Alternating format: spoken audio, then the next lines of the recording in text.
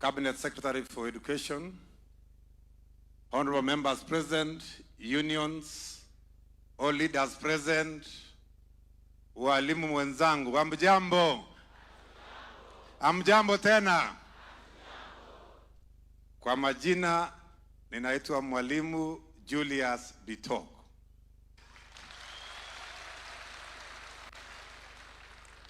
Your Excellency, allow me at the onset to appreciate and thank you most sincerely for hosting this historic meeting of the teachers.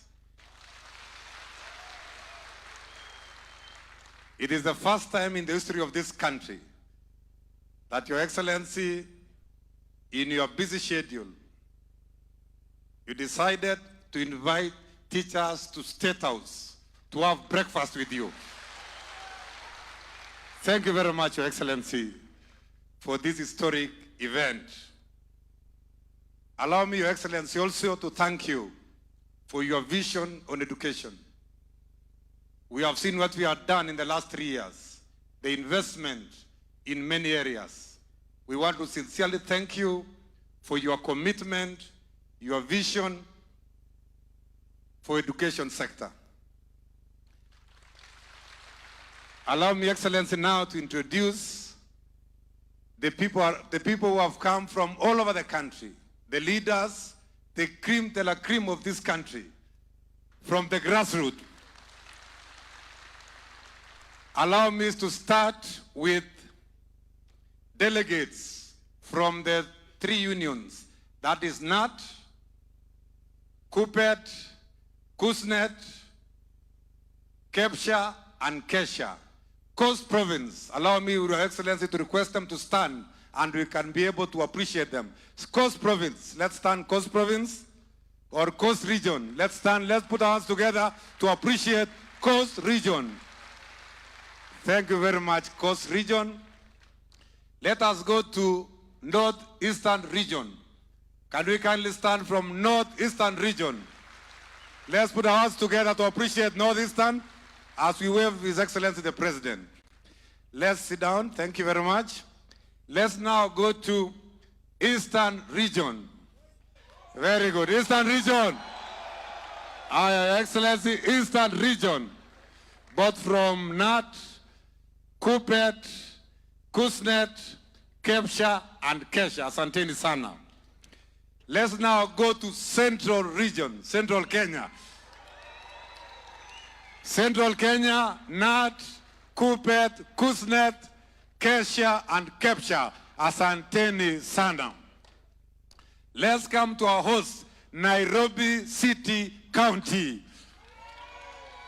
Nairobi City County delegates, asanteni sana, from the unions together with the associations. Asanteni sana. Let us go to Rift Valley. Rift Valley region. Thank you very much. Rift Valley region, from NAT, KEPSHA. Thank you very much. Rift Valley.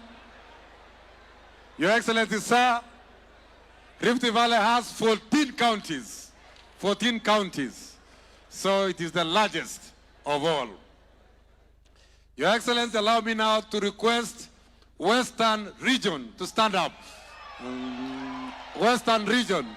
Thank you very much, Western Region. Thank you very much.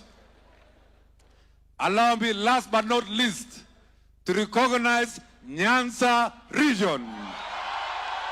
Very good. Broad-based. Thank you very much. Asante sana, Nyanza Region.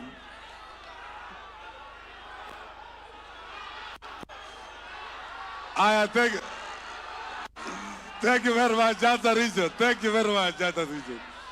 Thank you, Nyanza Region.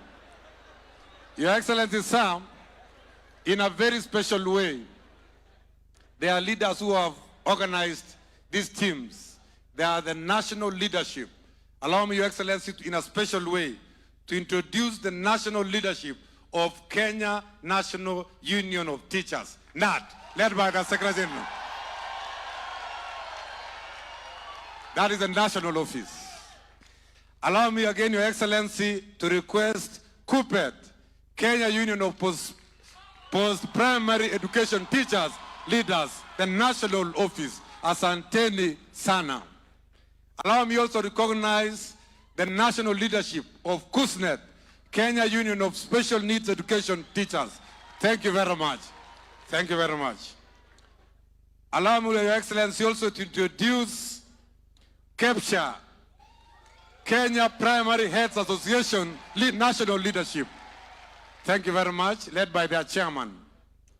Last but not least, allow me to introduce KESHA, Kenya Secondary Schools Heads Association, led by their chairman.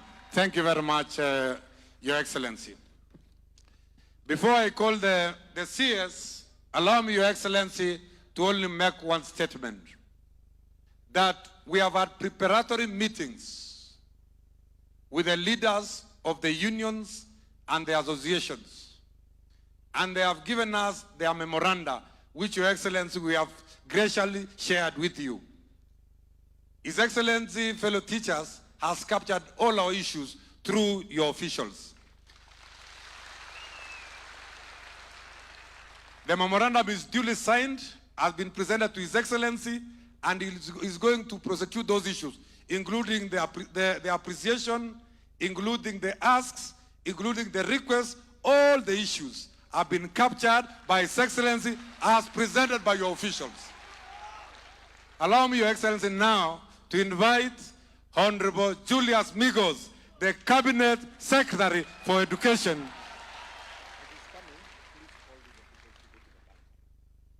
Thank you very much. Let's put our hands together to invite our leader in the sector, Honorable Julius Migos. Makofi kwake. As the minister is coming, I have been requested to ask the national treasuries of our organizations, National Treasurer NAT, National Treasurer KUPET, National Treasurer KUSNET, National Treasurer KEPSHA, National Treasurer KESHA, to be able to, for some housekeeping matters,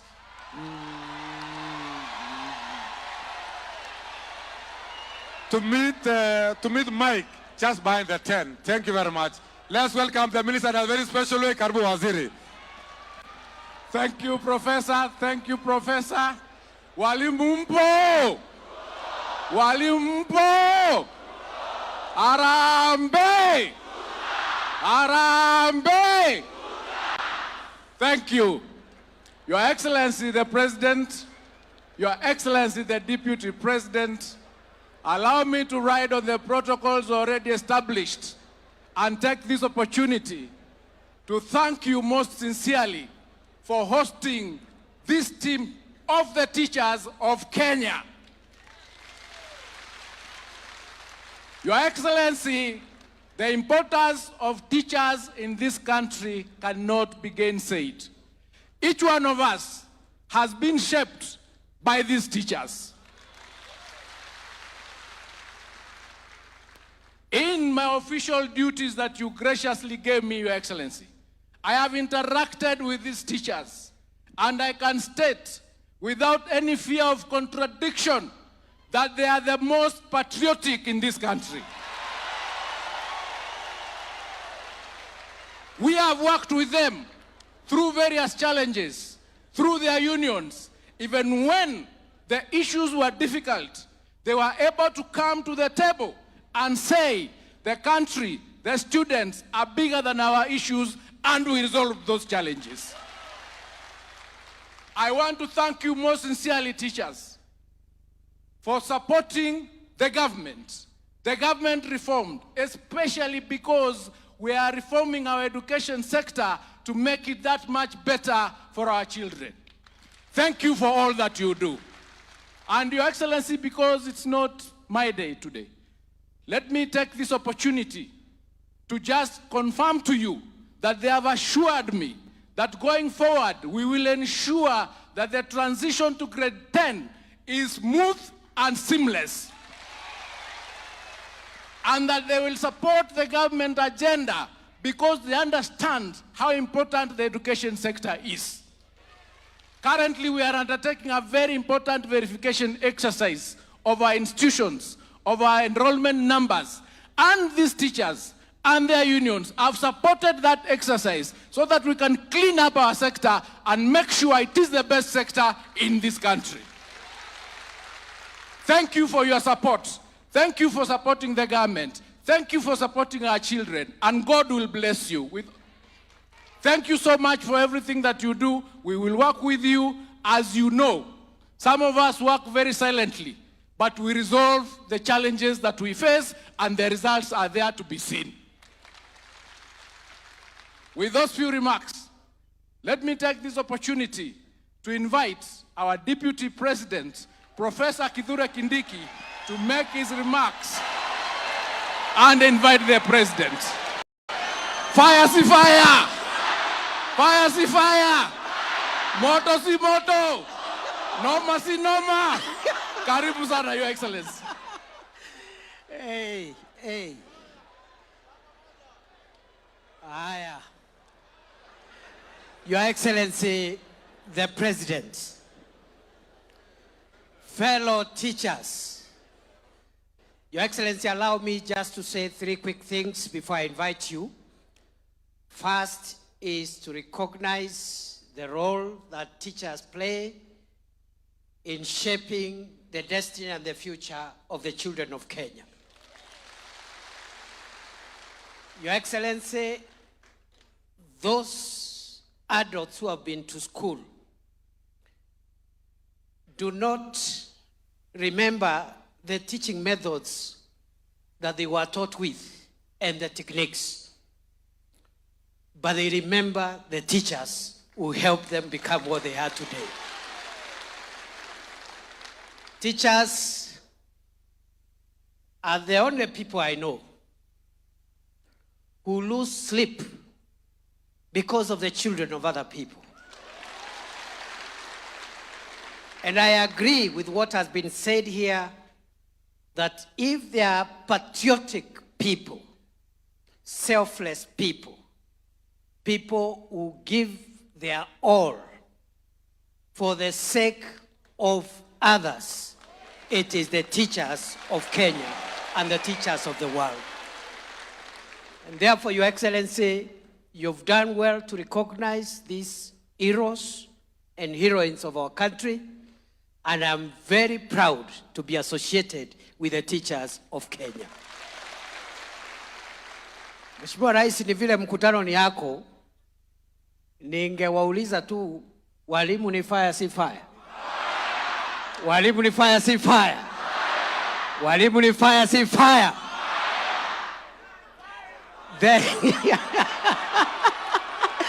Ni two term. Walimu ni two term. Walimu ni two term. Wacha nione wale wanasema walimu ni two term, walimu ni two term, walimu ni two term. Walimu ni two term, walimu ni two term, walimu ni two term. Your Excellency, ni walimu wamesema. Mimi nili. The second issue, Your Excellency, even as you are going to address us, you will tell us how far we've come as a country in improving our education system. The infrastructure and the number of teachers and other things that through you, our government has been able to do for our country. But Your Excellency, allow me just to mention that I'm also impressed, as a former teacher myself, to realize that Kenya, walimu ni fire si fire, walimu ni fire si fire, as one of you, because the teaching profession starts from elementary school, pre-primary, all the way to university. We are all educationists, we are all teachers. And therefore, I have realized that Kenya is one of the countries actually from the developing world that has achieved a 1-to-1 ratio for books to pupils. Many countries, even with a better education system, have not achieved the pupil-book ratio of 1-to-1. And the teachers are telling me for that reason, for making their work easier, ni two term. Ni two term. Ni two term. because a good book-student ratio enables a good quality, accessible education. Finally, Your Excellency, we have made some progress in terms of the student-teacher ratio. We are not very far off from achieving the target of 1 to 40, but maybe what we need to work with under your leadership and through our ministry is to handle the issue of distribution so that every part of Kenya, every school can have access to high quality, relevant, accessible, and affordable education. Mheshimiwa Rais, mimi sitaki kusema mengi kwa sababu leo mkutano ni wako. I am so excited to be among colleagues because, as I have said, much of my youth and much of my prime, I used it to nurture, to shape students at the university, and I am proud to be associated with teachers, educationists, and the people in this space. But let me mention some of the colleagues who are here before we invite His Excellency the President. As many of them would have wanted to speak, but today we don't want to crowd the program. We will have another opportunity elsewhere to engage with you. Hata mimi rais akinikubalia, nitaitana hata mimi.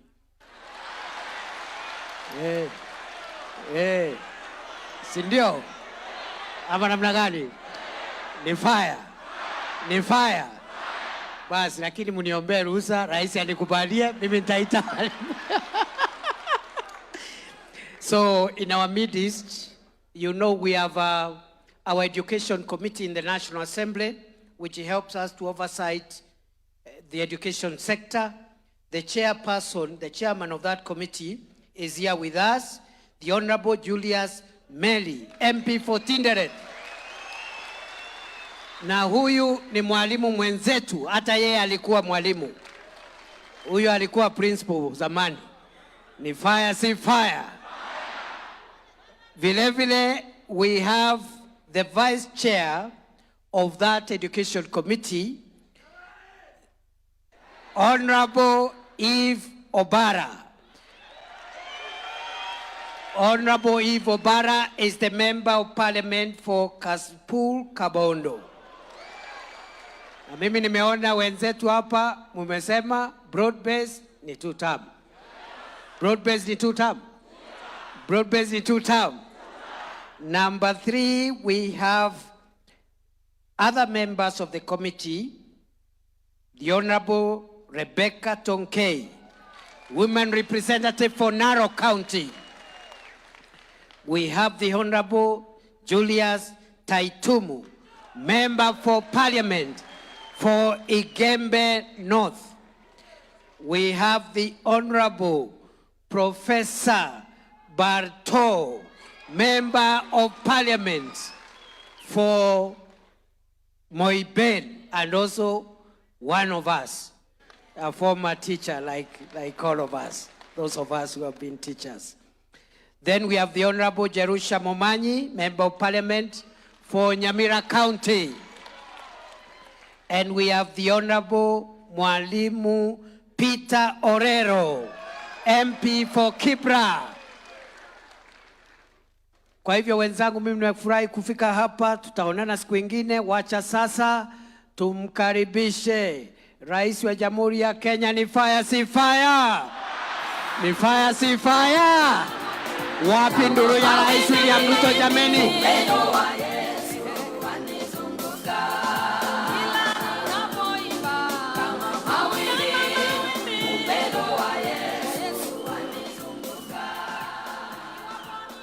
Aya, asanteni sana. Tafadhali tuketi.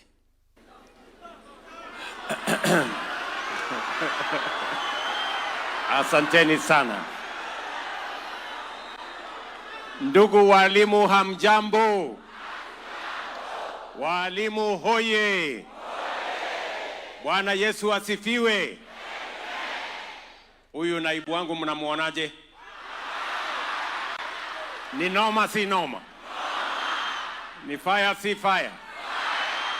Unajua ukitaka kufaulu, ukitaka kufaulu, unatafuta deputy amesoma kuliko wewe.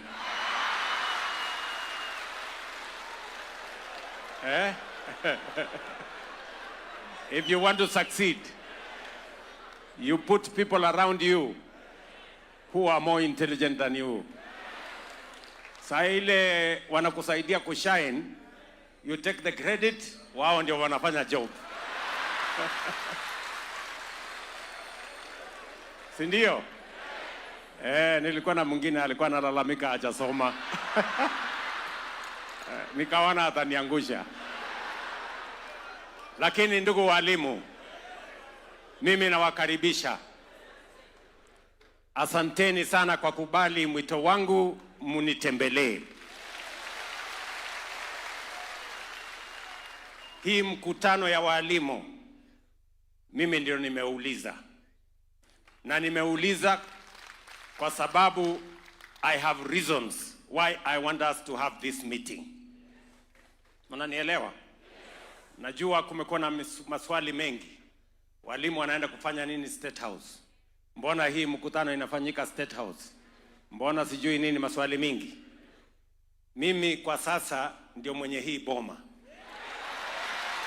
Ndio. Kwa kibali ya Mwenyezi Mungu na kwa kura zenu. Si ndio? Na mwenye kusema nani atakuja hapa na nani asikuje si ni mimi. Sasa nikisema walimu wakuje hapa kuna maswali? Iko maswali? Sasa karibuni. Na mjisikie mko nyumbani. Mimi najua ni mara ya kwanza kwa walimu kufika State House in this manner. Na mimi najua ni kwa sababu walimu wako na shughuli mingi. Kusomesha watoto wetu, kupanga mambo mengi, ndio hamujapata nafasi ya kufika State House. So mimi nasema kwa heshima mlinionipatia, mkawacha kazi zenu nyingi, mkapata nafasi yenu, mkanitembelea. I don't take it for granted and I say thank you very much. Na siku ingine, because I know you are busy people, siku ingine mkipata tena nafasi ingine kidogo, mnaweza kunitembelea.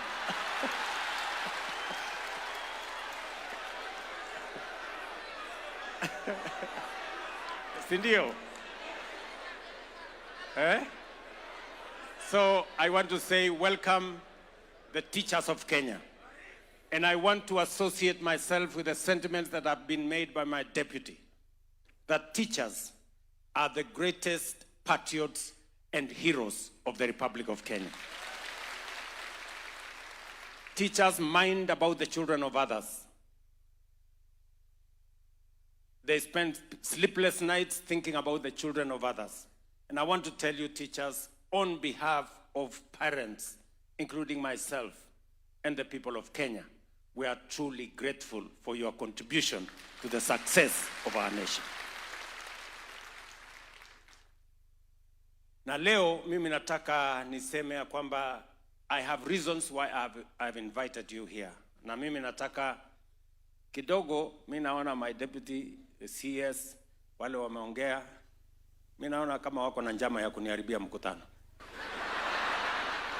Sasa tuta imeingilia wapi kwa hii mkutano?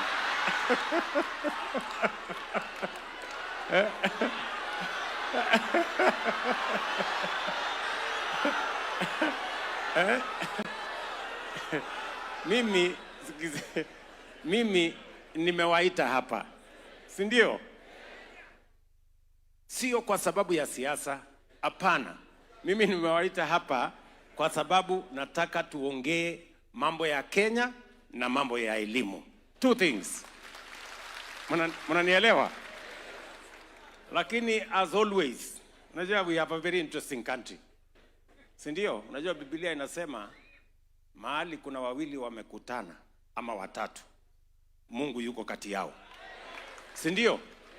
Lakini Kenya hii, mahali wawili ama watatu wamekutana, wanaongea siasa.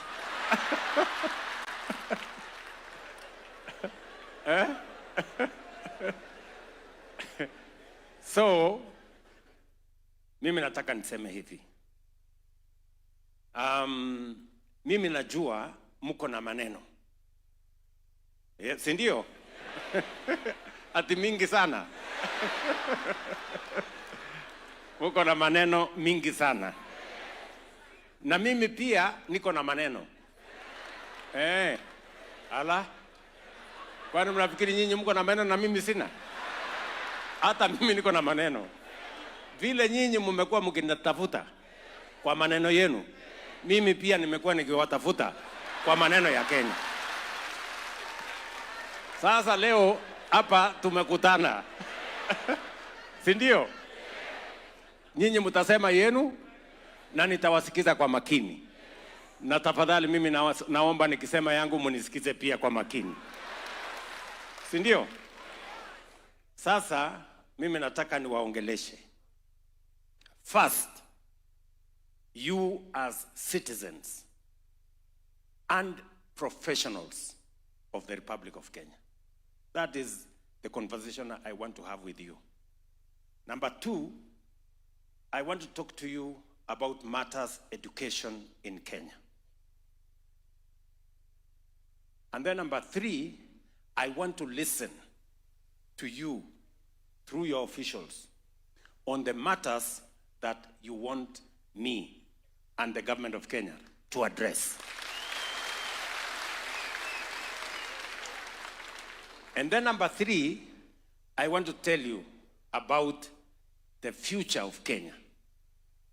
And number four, I want to respond. Number five, I want to respond to all the issues that you have come to tell me.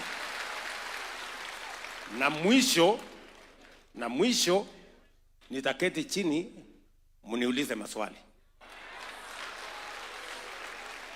Si ndio?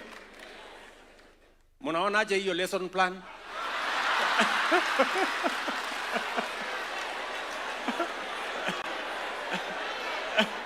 Iko sawa? Hiyo lesson plan iko sawa? Iko sawa?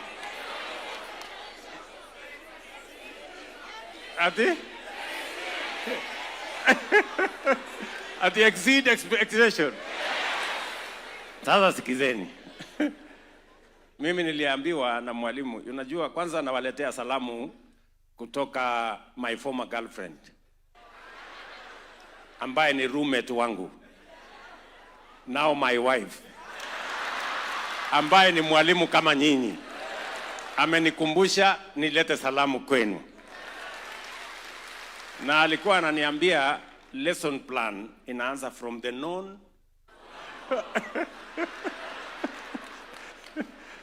So, have we agreed on hiyo mpango iko sawa? Now, good people, I have called you today here because you are citizens of Kenya. You are intellectuals and professionals. And you will understand what I am telling you better than many people. Are we together? And I want to tell you that where we are today is a product of leadership, is a product of education. And to be able to go forward, it is not so much about money, it is not so much about resources. It starts and stops with leadership. Leadership. And I'm going to talk to you, and I am deliberate about this meeting, because there is a conversation we must have as citizens of Kenya on our present, our past experiences, and the future of this country. We must have that conversation. And I want us to have it because this country is probably the greatest country that God has given to us. And Kenya has huge potential, which if we unlock, this country will change in our lifetime when we are here. Yeah? So, let me start by, you gave me a job through your votes and prayers to be the leader of our country. And I made certain commitments because I believe I've had enough experience. I am very informed, and I have the right age to run this show. So, the first assignment that I had to undertake on behalf of the people of Kenya when I was elected is to stabilize the economy of this nation. You know very well, because you read. Post-COVID, and all the challenges that were there, many economies in the world almost came to its knees. And in our region, Kenya was among the 6 countries in Africa that had the highest debt. We had a $2 billion ticket, the highest in sub-Saharan Africa. And Kenya was rated among the 6 countries that would default on their debt obligations. So when I came into office, I sat in a room there called number 6 with many people, very intelligent people. And we went through the numbers, and it was necessary for us to tighten our belts. We cut back on our budget by 300 billion. We had to stop fuel subsidies. We have to stop unga subsidies. We had to stop many things because the risk of having a debt default is fatal to an economy of a nation. Inflation was at 9.6%. Our dollar reserves was $5.7 billion, only 2.5 months cover, import cover. Many oil marketers were looking for dollars from every bank and they could not find. Our exchange rate to the dollar had risen to 165, 167. So we had to take certain steps. And I was the man on the arena, and I had to make the decisions for us as a nation. And I did make those decisions. And it wasn't easy. And they were painful. But friends, today, I can confidently stand before the teachers of Kenya, our professionals, and tell them, because of those decisions, our inflation has come down from 9.6, it's now 4.5. Our dollar foreign exchange reserves have grown from $5.7 billion. They have now doubled at $11.8 billion. Our exchange rate has come down from 165. We are now, for the last 1.5 years, at 129. You follow news. IMF, 2 months ago, released a report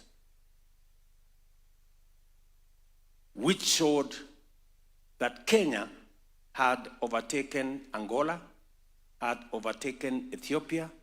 Kenya is now the 6th largest economy in Africa. Rating agencies, 3 weeks ago, Standard & Poor's has now elevated Kenya and said we are now debt sustainable. We've moved from rating of B- to B. I can confidently tell you that we are not where we were in 2022. Our nation's economy is now much more stable. There is more to be done. And you will see in the coming months the things we have lined up to do, because we still want to see inflation come down. We still want to see the exchange rate to the dollar come down slightly. And we still want to see our economy begin to grow yet again. So that was the first assignment. And I need to tell you so that you can understand where we are, where we've come from, so that we can design together where we want to go. Number two, you know very well that agriculture contributes 25% directly to our economy, and with other sectors, including agro-processing, value addition, almost 45% of our GDP. And if we don't fix agriculture,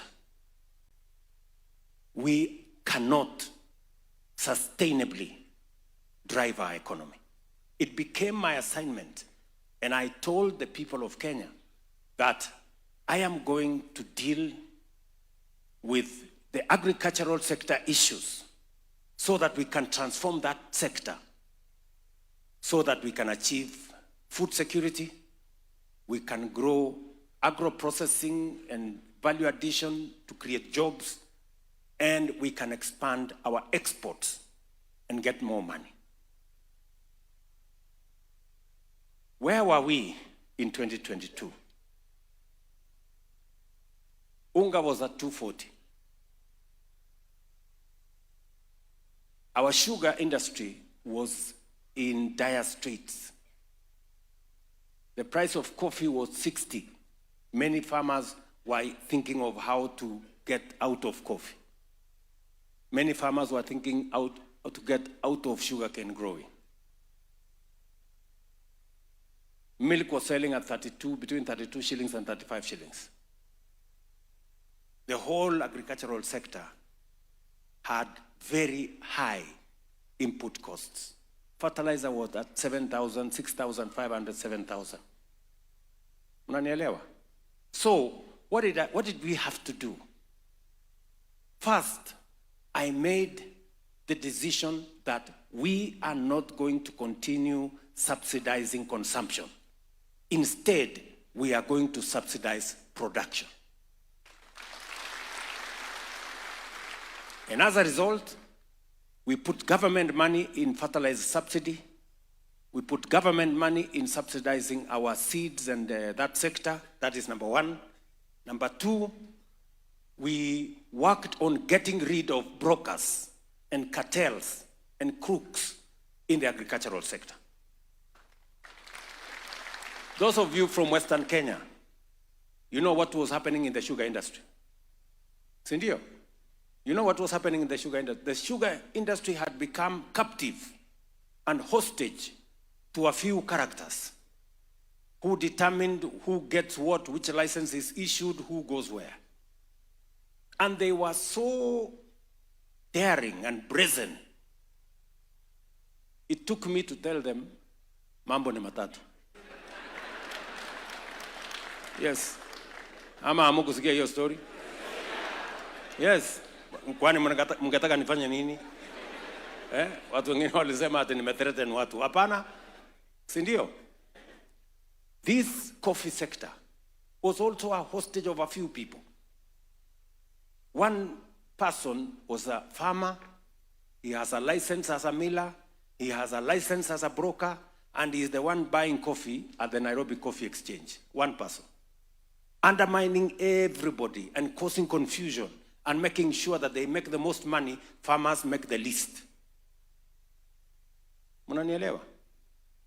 So, we started by registering farmers, because if you want to have clarity on what interventions to carry out, you must work on the basis of data. You must have correct information. You must know. And that is why we started by registering every farmer. Today, I can tell you, in our Kiami's portal, we know we have the registration of every coffee farmer and their acreage, every tea farmer and their acreage, every sugarcane farmer and their acreage, every maize farmer and their acreage, wheat farmer, and on and on and on. We are now finalizing on our livestock farmers. As a result, because we are now working on the basis of data, we reduced the price of fertilizer to 2,500. We registered farmers. We got rid of the cartels. And we created new markets for our products. Today, working with China, we have removed tariffs for our exports of tea, coffee, macadamia, avocados to China. We've done the same with Japan. We are now working on India to create more markets. What are the results? As I talk to you today, the average of price of milk has moved from 35 shillings to between 45 and 50. Those of you who are coffee farmers, you're here. The average price of coffee has moved from 60 shillings in 2022. The average now is 110, 120, up to 140. Sugarcane, where government was putting money every year. The millers, they take farmers' cane, they mill, they sell. They don't pay the farmer for 6 months. They don't pay workers for 2 years. Government has to step in. I can now confidently tell you that we have turned around the sugar sector. From a production of 500,000 tons in 2022, last year, we reached 815,000 metric tons. In the next 2 years, we will reach 1 million tons. And in 3 to 4 years, Kenya will be a net exporter of sugar. We have already licensed 4 new sugar mills because people are beginning to discover that there is money in sugarcane farming. What was undermining that sugarcane farming is lack of transformation, cartels, and crooks, and people who were doing the wrong things in that sector. For the first time, we paid bonus to sugarcane farmers in Mumias. And I promise you, end of this year, we will do the same in Zoya, we will do the same in Chemelil, we will do the same in Moroni, we will do the same in Soni. We are not only turning around the sugarcane sector, farmers will make more money, and we will save as a country on foreign exchange. We don't have to import sugar. The net effect of our agricultural transformation is that maize farmers are making more money. You know, we raised the production of maize. Imagine we were importing a lot of maize into Kenya from all over the place. We were producing an average of 40 million bags. Last year, we produced 65 million bags. This year, by God's grace, our analysis, because we got better rains and we got better supply of fertilizer, we intend, our estimate is that we will get 75 million bags this year. What has happened? We have reduced by 70% imports of maize. We have reduced by 70% imports of sugar. And we have doubled our exports of dairy products. What am I saying? That sector is undergoing transformation. And I want to promise you that the 500 billion, imagine, 500 billion Kenya shillings we use every year to import food in the country. We've now cut it down from 500 billion to 300 billion. our intention is that in the next 3 to 4 years, we will bring our import bill of food from that 500 billion, we are now at 300, we will bring it to zero. Because we can produce all our food in Kenya. We'll save on foreign exchange and we will put money in our farmers' pockets. Mnanielewa? Number 3, we agreed that we want to reform our education sector. You know, in 2022, citizens were not sure about CBC. In fact, as I campaigned in many parts of the country, parents, citizens were saying, let us abolish CBC. Ni kweli ama si kweli? Si ilikuwa namna hiyo? So my first assignment when I arrived here is to set up a presidential working party. Because if there is one thing we must never get wrong, is education. Because if we get it wrong in education, we fail as a country. That presidential working party worked with our manifesto. They looked at the areas, they listened to teachers, and I want to congratulate the teachers of Kenya. You became the largest contributors of ideas that today informs what we are doing. What has happened because of that engagement? Number 1, deliberately, by the way, and for your information, very few people can dare reform the education sector because it's a very sensitive area. A friend of mine told me this education sector is very sensitive. Parents are very particular about their kids. If you touch this sector, it is going to be something else. But I said, unless we get it right in the education sector, everything else will go wrong. So we went through this together. We can now tell you, and you are the masters in that field, CBC now has more clarity than it ever had.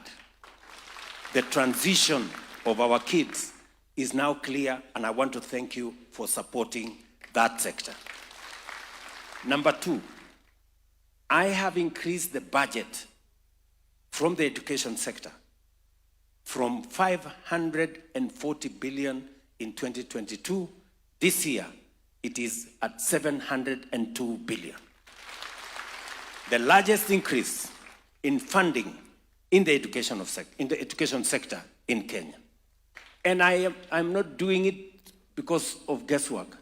I am deliberate and intentional because I know any investment we make in the education sector is not an expenditure. It is an investment because we will get returns from it. You know very well, your teachers, we had huge gaps in our classrooms. Every administration was hiring 5,000 teachers every year. True or not true? That was the norm. We're hiring 5,000 teachers every year. I decided that we must do it differently. And I want to thank you very much because you understood what I was saying.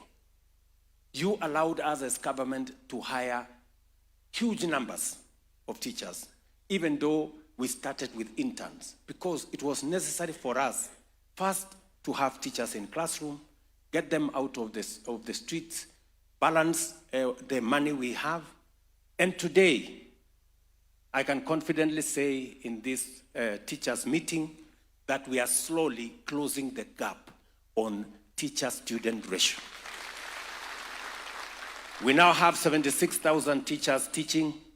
In January, we will have 100,000. And by 2027, we will have 120,000 teachers hired. Sasa mimi nataka niwaulize, kwa sababu nyinyi mnajua hesabu. Yeah? Other administrations have been hiring 5,000 teachers every year, right? We have hired by January 100,000 teachers in 3 years. Ni kweli ama si kweli? Sasa nyinyi kwa hesabu yenu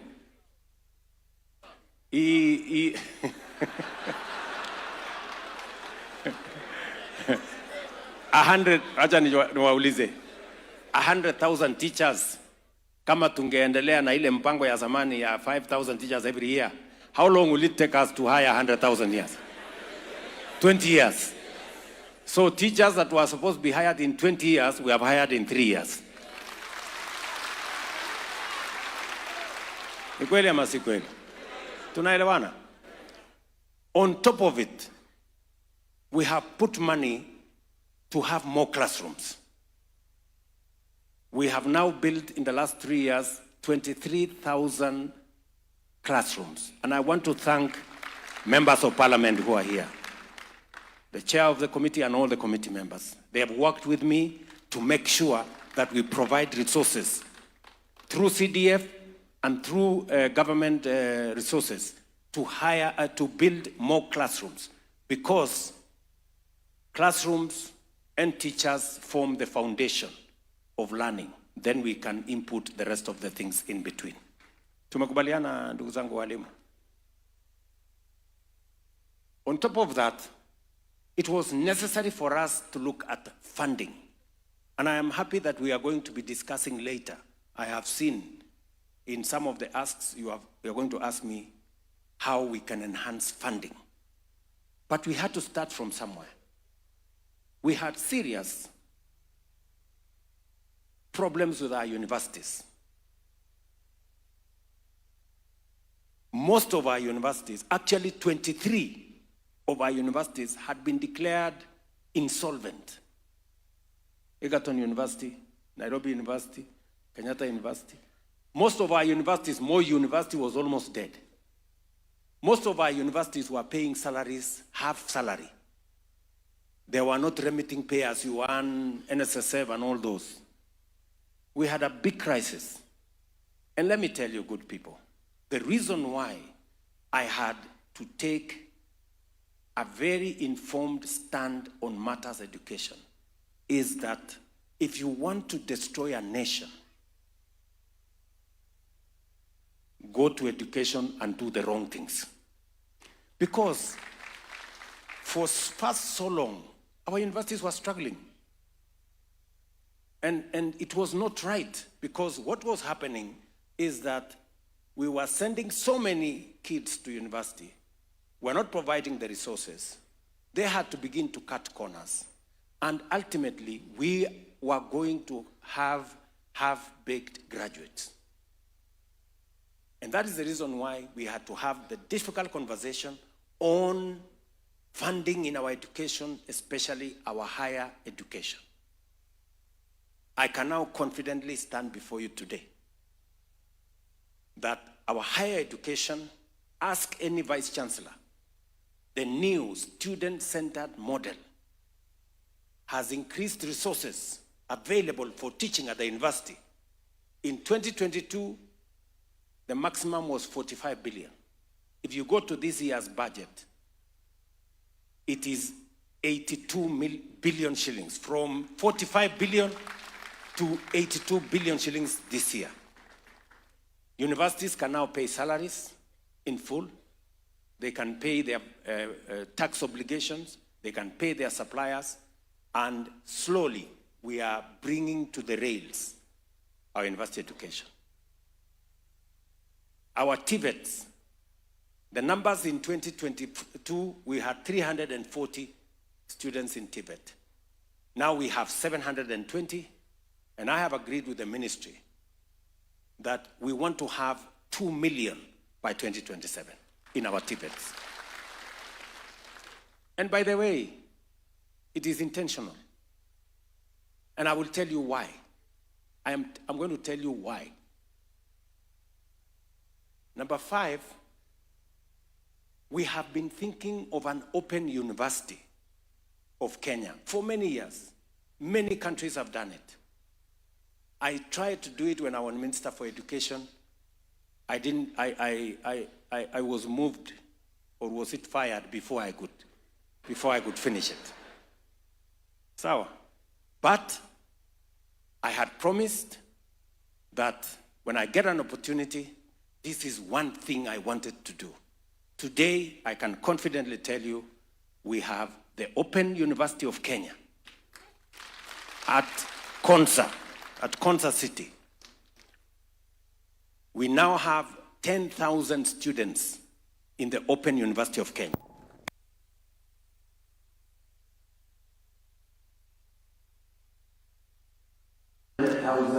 Students at the Open University of Kenya. In fact, it will be the largest university by end of this year. That is what Catholic education. We must provide all pathways for us to open opportunities for citizens to learn. And I'm going to tell you shortly why education is important.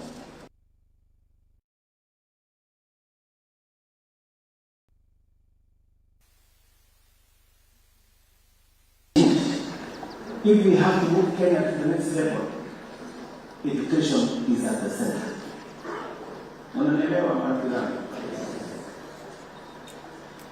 Number 3, number 4. We have to sort out health. You know for a very long time that many people sold their houses, their property, their livestock, their plots, around this etc.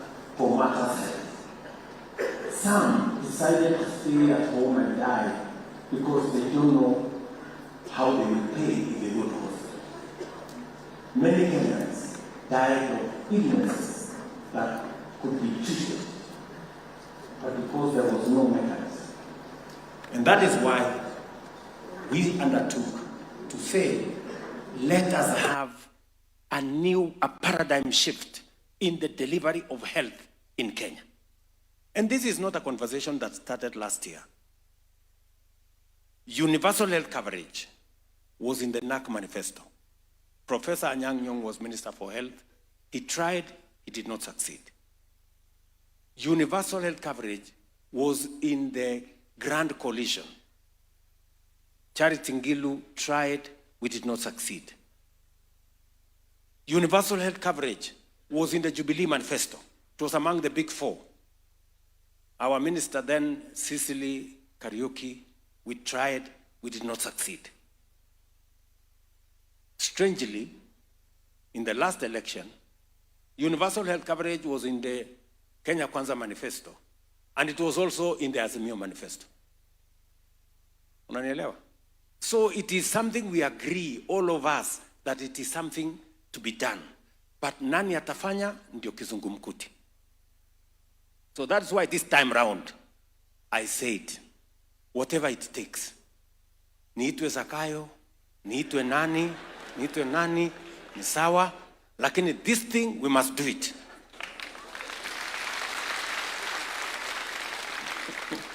My friends, you know, I can never have a better meeting than this. This is a meeting of intellectuals. Sindio? And that is why I must take time to explain to you, because you understand what I'm saying. So what did we do? We changed the structure of delivery of health, because why we failed in NAC, why we failed in Grand Coalition, why we did not succeed in Jubilee, is because we didn't have a sound legal foundation.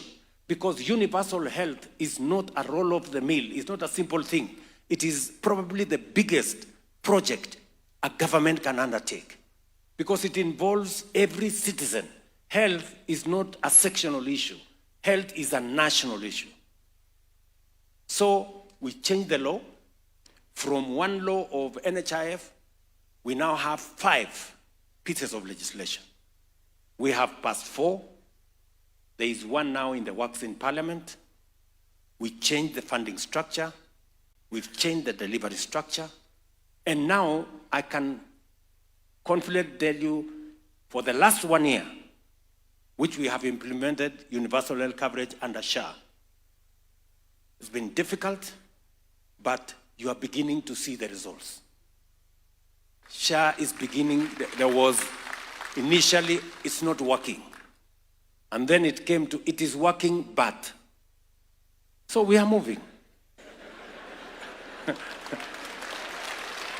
Yeah?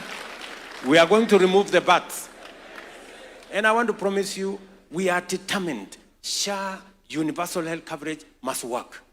Because the Constitution of Kenya, Section 43, says health is a constitutional right of every citizen. It is not a privilege for those who have money or those who can afford. Unaelewana marafiki zangu? So, we're implementing universal health coverage. NHIF had 7 million contributors. SHA now we are at 27 million Kenyans registered.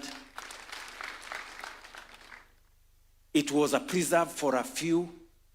We are now agreed that number one, we are changing even the financing structure.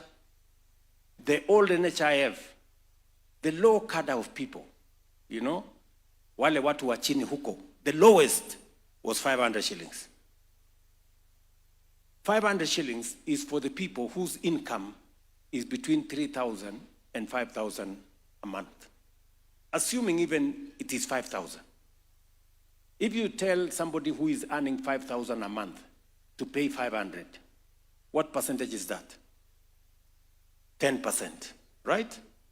500 is 10% of 5,000, isn't it? So, the poor people, the people at the bottom of the pyramid, we are telling them, pay 10% of your income. And then mimi napata 1.2 million. Hawa wadosi wameketi hapa wanapata 1,100,000, 700,000, 800,000. Sisi ambao ni wadosi hapa, sitaki kusema yenu.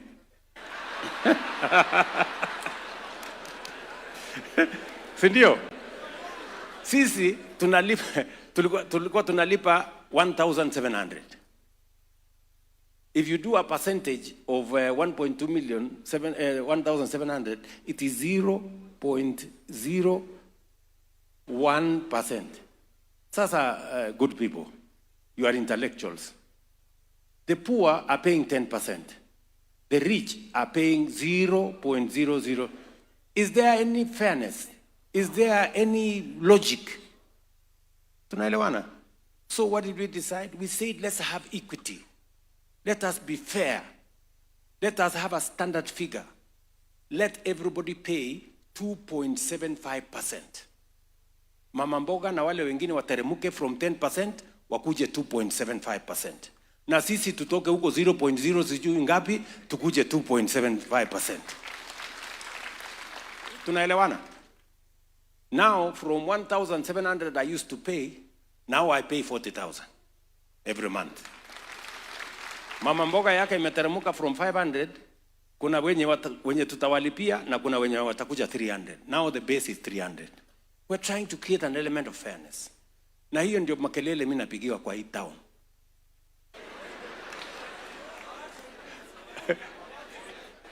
It's because, you know, we're just trying to be fair, good people. Why is anybody against fairness? So what has happened? We are raising more money. We used to raise 2.6 billion. Now we are raising 7 billion shillings every month to deal with health. And now we have put money in the budget. We've said citizens, and I want to tell you, and I'm going to discuss with you your own medical scheme later, because these people are going to ask me. Tunaelewana? Yes, and I'm going to tell you what we are going to do on your medical bill. Because today, access for teachers is 7%. Access for civil servants is 14%. Ni mnanielewa? So there is something wrong with the medical cover. And I know these good people, these representatives of yours, they have already captured it. And I am going to tell you how we are going to solve it. Tunaelewana marafiki zangu? So, I can now confidently tell you that SHA is working. We are going to make it work better. You can now hear testimonies of citizens who are telling you SHA paid for me 20,000, 50,000, 100,000, 500,000, and all that. Something that we used not to hear before. And it is just 1 year. In fact, tutafikisha 1 year, tutafikisha 1 year October. Nyinyi mnanielewa? What we are also going to do, we are going to get rid of crooks. You know, wale wakora matapeli wanaibia sisi pesa ya wagonjwa. Just imagine, good people, I must tell you this. Just imagine there was a hospital here in Kino, naitwa St. Catherine, hapo. Ati walikuwa wanafanya operations more than Kenyatta Hospital. Pale Kino. So we became interested. It must be a very big hospital, doing all this. Kufika pale Kino, iko kwa kona. Second floor kwa kona. Watu wamejazana hapo ndani. There is no upasuaji going on. Ni kujaza makaratasi tu ya fake claims. Na wanajaza hata bila akili. Yani wana mtu mmoja wana file claim amekuwa amputated. Next week amekuwa amputated. The next week amekuwa amputated. Sasa unakuta mtu mmoja amekatwa miguu 10 times.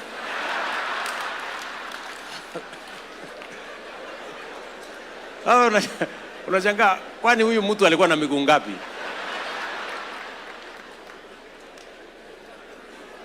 Ni mnanielewa? You know, open theft. Kulikuwa na mwingine huko Eldoret. Ako na hospitali kubwa hapo. Lakini kwa hiyo hospitali there are more accountants than doctors. Sasa unajiuliza accountants wanafanya nini kwa hospitali? I thought we needed more people, more nurses, clinical officers. Fake claims. That is why when we were closing NHIF, there were debts of 32 billion. 32 billion madeni ya ukora. So tukawaambia, okay, we are ready to pay these debts. Leteni makaratasi tufanye verification. Waziri akagazette verification committee so that we can pay you your claims. Wakaenda kotini kusimamisha verification. What does that tell you? The claims are fake. Because if you genuinely have a claim, why don't you want it verified? Useme, I treated so and so, these are the numbers. Ndio huyo mtu nilitreat, ndio huyo nilifanya, ndio huyo nilifanya. So, what we have done now, admission is on a digital platform. Discharge is on a digital platform. We are now moving to biometrics. An ID is not going to be enough. Fika hospitali, weka kidole, tunajua huyu ni mtu fulani, endelea. Kwa sababu wengine hata wanachukua ID ya mtu amekufa anakuja kufanyia ukora. Tunaelewana jameni? Running Kenya is a difficult job, my friend. Unajua saa zingine watu wako na akili ni very difficult kurun kwa sababu wanapanga akili kitu mzuri na pia wanapangia akili mambo mengine ya kombo.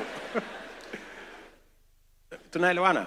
So all I want to tell you is that we will deal with fraud, we will deal with fake claims. You saw an incident in Mumias juzi. Tumuliona kwa makaseti sijui. Bishop moja amesimama hapo amesema hii watu ni bure kabisa. Hii SHA hakuna kitu. Karibu tunafunga hospitali. We cannot pay our workers. SHA wamelipa sisi only 9 million. Na tumeweka claims juu ya karibu 100 million. Nikaona sasa askofu ako na kola. Nikasema this must be serious. Nikapigia waziri. Niambia waziri umesikia maneno ya huyu askofu? Amesema Musalia amesema uongo, hakuna tujapatiwa pesa.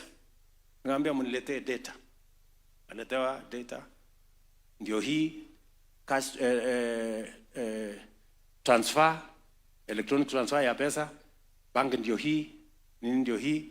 Nikamwambia waziri, please enda kwa hiyo hospitali Mumias, tunataka kusaidia askofu. Pengine askofu wako na ukweli.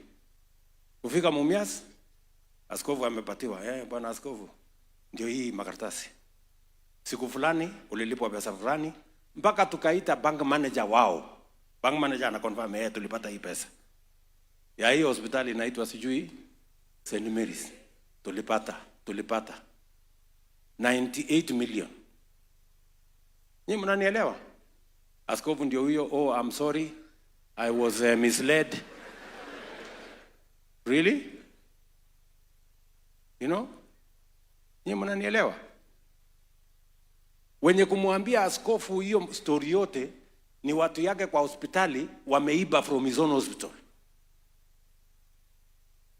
Nyinyi mnanielewa marafiki zangu? So we are going to deal with fraud.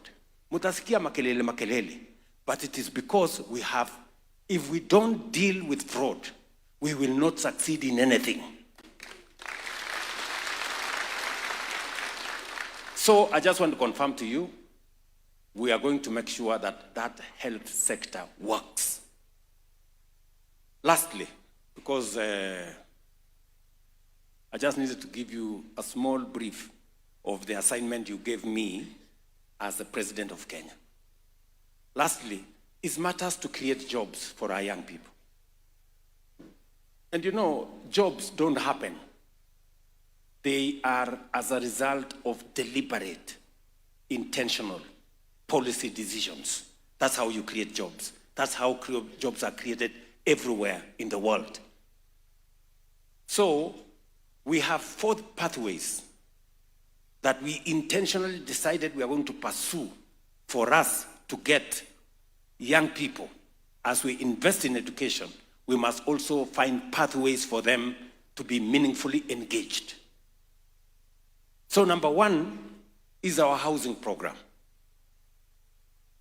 Many people ask me, wewe, nani alikuambia tunahitaji manyumba? Si kila mtu uko kwake. Simulisikia hiyo story. Who told you? But let me ask you, good people, sindio? If you look at the manifestos of all parties, for the last 30 years, housing was a permanent fixture. Housing, my friend, former Prime Minister, alianza the first slum upgrading during the Clan Coalition government hapa. Indio? Because housing was part of the plan then. Jubilee Manifesto, for those of you who are in Jubilee, among the big 4, one of them was housing. In this last election, hii election imepita, manifesto ya Kenya Kwanza ilikuwa na housing. Manifesto ya Azimio ilikuwa na housing. Complete with 1.5% levy. Ilikuwa kwa, go and read the manifesto ya Azimio. Sasa, sisi wote tunakubaliana, this is something what we must do. And we must do housing for 4 reasons. Number 1, we have 7 million people living in slums. Urbanization is a reality we must live with. The future is urban. Whether you like it or not, by 2050, half our population, half the world's population, including that of Kenya, will be living in cities. So either they come to live in cities, in slums, or we begin to make sure that there is decent housing. Nyinyi mnanielewa? So, na hii housing tulikuwa naye tangu zamani. So when it came to Jubilee, mimi na Uhuru Kenyatta, my boss, tukasema we must implement this thing. Tukapitisha sheria, tukapanga ile mambo yote. Kwanza my friend Uhuru akaniambia, I have a very good person a very good professional, ako South Africa, anaitwa Charles Hinga. Twende tumtafute. Tukaenda tukamtafuta huyu Hinga, tukamlete. Tukamfanya PS housing. Tukasukuma gurudumu, tukaenda bunge. Kila kitu iko tayari. Levy ikaanza. Kelele ikaanza. Sasa kelele. Sasa one morning Uhuru akanipigia simu, William, kuja. Yes, Bwana President. Akaniambia, wewe siwe uko na nyumba? Nikama Bwana President, mimi niko na nyumba. Sasa hii kelele yote hii tunapigiwa, hii ni ya nini? Kama watu hawataki hii mambo ya housing wakwende, wacha hii kitu ipotee. Housing ikazamia hapo. Nyinyi mnanielewa? Shida last election, manifesto ya Jubilee ya Kenya Kwanza, housing. Manifesto ya Azimio, housing. Si ndio? Si mimi nimekakuja nikasema wacha ni hii kitu imetusumbua muda mrefu. Let me be the one to bail the cat. Si ndio? Housing ndio hiyo, tumepitisha, wabunge wamenisaidia wamepitisha, kila kitu iko tayari, levy ndio hiyo. Kelele. Zakayo, kotini, sijui wapi, maandamano. Lakini mimi nikasema, acha watu wanifanyie maandamano. What is the problem? We must do this thing. Kama namna gani, my friends? Si ndio? Because transformation is not easy. Transformation is not a walk in the park. Transformation is not necessarily popular. Ama tunakubaliana namna gani? So, nimekaa ngumu. Ndio hiyo housing take place. Kotini tumepelekwa, tunajaribu kukatakata kuona huko na makotini. Makesi mingi. Leo, friends, we are building 170,000 houses in Kenya. 400 markets are being built. 172,000 units of hostels in our universities, TVETs, and Kenya medical training centers are underway in Kenya. 320,000 young people are working. By end of this year, we will have 600,000 people working. By end of next year, we will have 1 million people working. Architects, quantity surveyors, engineers, plumbers, technicians, artisans, electricians, masons, name them. The whole industry around cement production is up almost double. Steel production is up almost double. Transportation and everybody in between. Our economy today is recording strides because of affordable housing. Today they are feasible. I challenge you, those of you who live in Nairobi, go to Mukuru, go and see. Go to Kakamega. There is no town in Kenya today that affordable housing is not the largest estate. From Mandera, Kitui, Machakos, Nairobi, Kiambu, Embu, Nyeri, all the way. I was in Kisumu. I was in Homa Bay. Go to Migori. Go to, my friends. And what you are seeing today is just work of 1.5 years. Explain to me, in 10 years, in 20 years, I promise you, you will not recognize Kenya. Yes. Nyinyi mnanielewa? That is what is called transformation. Sasa nyinyi, kama ningepigiwa kelele, nifanyiwe maandamano, niwachane na hii program ya housing, how are we going to transform this nation? Explain to me. How are we going to change this nation? Tuendelee tu na ile mambo ya zamani? Niendelee tu kupigiwa makofi so that ni watu wafurahi? What is that? Mnanielewa? And I am talking to you this way because you are intellectuals. You understand what I'm saying. You can see what I'm saying. Today, we are going to sign here an MOU so that teachers can get 20% of all the housing we are constructing in Kenya. Yes. Sijui kama tunaelewana. Tuko pamoja? Walimu. So, listen. That is how we change a nation. That is how you change a nation. Number two, we are working on making sure that apart from creating jobs in this space, and my target is that we will create 1 million jobs in this space, we must create another 1 million jobs on our digital platform. Digital jobs is another avenue. We are currently rolling out fiber optic infrastructure in Kenya. We have done 24,000 kilometers. We want to get it to 100,000 kilometers. We want every ward. Unanisikia?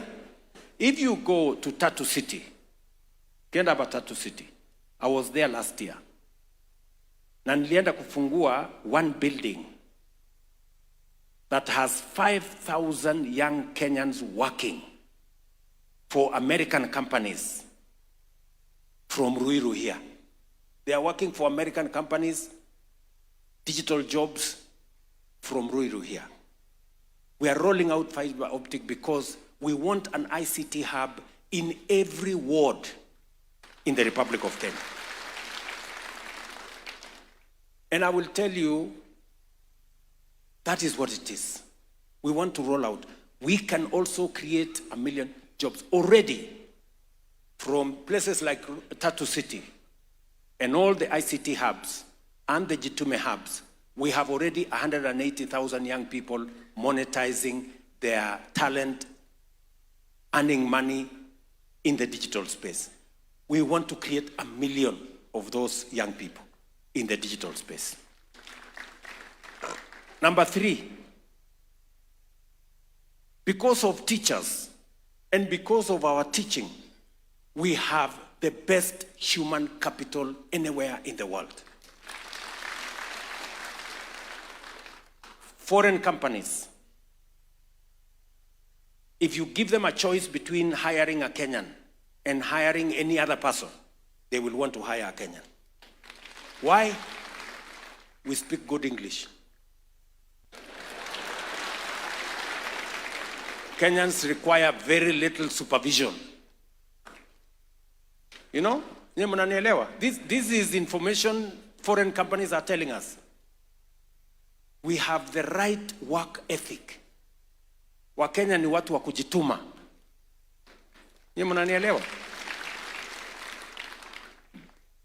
And that is why I am proud to be a president of Kenya. You know? Najua watu wa Kenya ni wa kujituma. Kazi yako ni kuzuia tu wasipitishe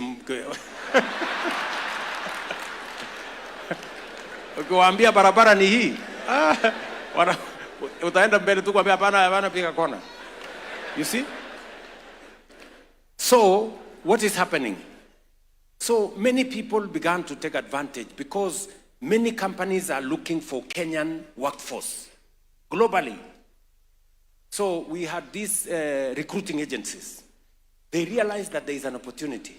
They began to take advantage. Unakuta mtu amechukuliwa pesa yake, unaenda Saudi Arabia, unakuta ile kazi uliambiwa sio hiyo. Unaenda mahali ingine, unaenda unadhulumiwa. Unaenda mahali ingine, unaenda unaumizwa. Ile pesa uliambiwa utalipwa, unakuta sio hiyo. So when we came in, we straightened what we call National Employment Authority. Tukafukuza hawa employment recruiting agencies, almost 1,000 of them, that were crooks. We have streamlined that space. We have streamlined the registration of recruiting agencies. We have signed bilateral labor agreement with countries where Kenyans go to work. That bilateral labor agreement gives us the knowledge. Now we know Any Kenyan who is going to work in UAE, Saudi Arabia, Germany, France, America, wherever, Austria. Now we know what job are they doing, how much money are they being paid, and we have refused in certain instances that if you are not paying this amount, we have a minimum. We are not going to allow a Kenyan to go out of the country to go and earn 5,000. We have a minimum pay that we demand from those countries. If you have a job to work outside, we have created a green channel. If you have a job, a letter of employment in a foreign country, your passport takes 2 to 3 days, you have it. We have created a green channel. As a result, because you have heard me keep talking about export of labor or labor mobility, Africa is going to provide the largest workforce globally by 2050. Because other countries have aging populations. So between 2023 and today, 2 years, 430,000 Kenyans are working abroad. Every month, we send between 7,000 and 8,000 Kenyans, every month.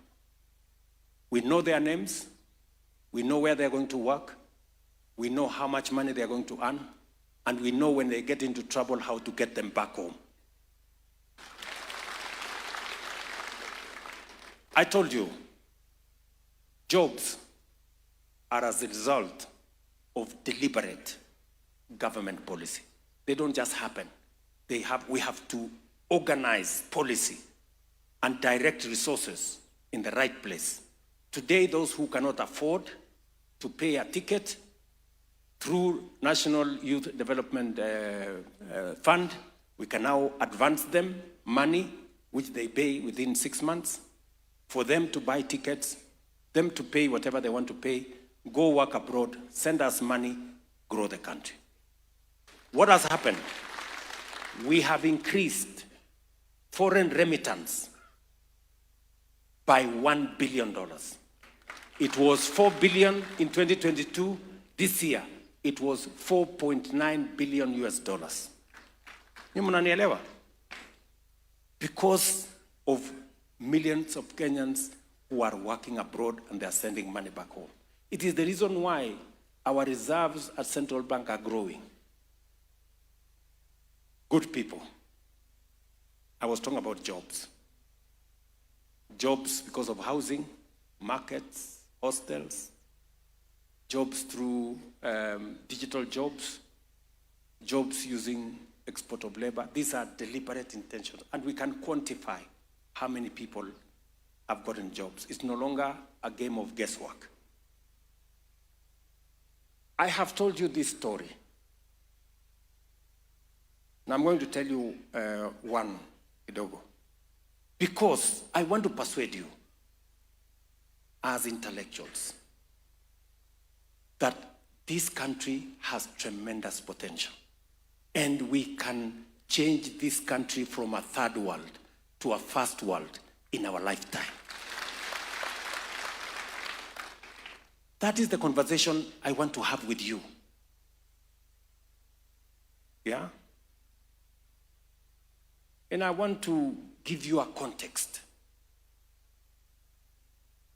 Malaysia, Singapore, South Korea were at the same level of development, more or less, like Kenya in 1963. In fact, let me specifically, and I want you to go and read. Take some time. Read about South Korea. South Korea in 1963 was exactly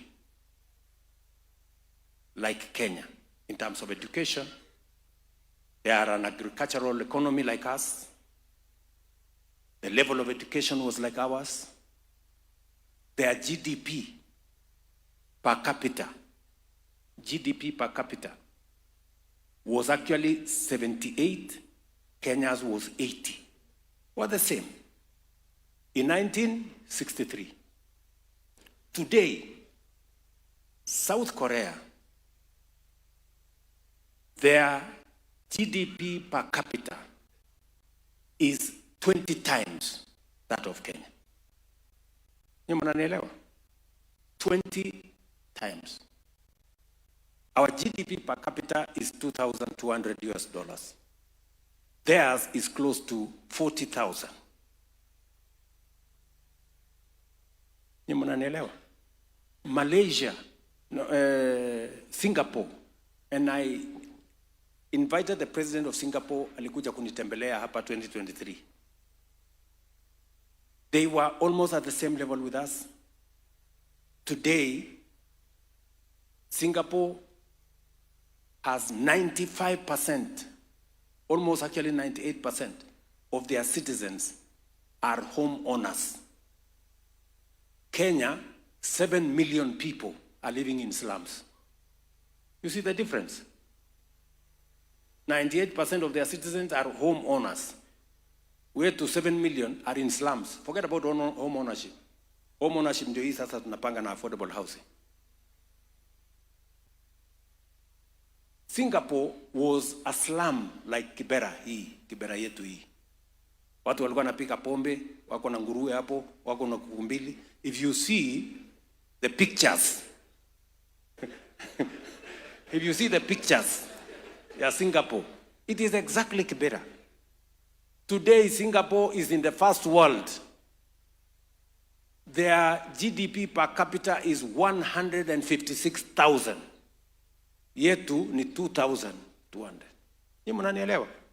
What is the difference? Leadership only, nothing else. Leadership ndio imeleta hiyo difference. And I'm talking to leaders here today, you. Mnanielewa? I'm talking to you as leaders. We can change this country. China moved from being one of the poorest countries in the world to the second largest economy in 30 years. Why am I telling you this? I am trying to persuade you that it is doable. It is doable. You are the intellectual community of Kenya. If Kenya is going to change, you are the agents of that change. My friends, teachers, this is the reason I called you here today. Because we, as the leaders, we are the ones standing between Kenya, between today and Kenya being a first world country. We are the reason. Whatever it is that we do will determine whether Kenya becomes first world or Kenya continues to be a third world. And if you had any doubt in your mind that this is doable, let me give you some examples of what is possible to be achieved if we make the right decisions. Number one, those countries have learned the practice of savings. China's savings as a percentage of a percentage of GDP is 55. Kenya's percentage of savings as a percentage of GDP is 10. Which means everything we get, we consume. We forget that there is tomorrow and there is the day after.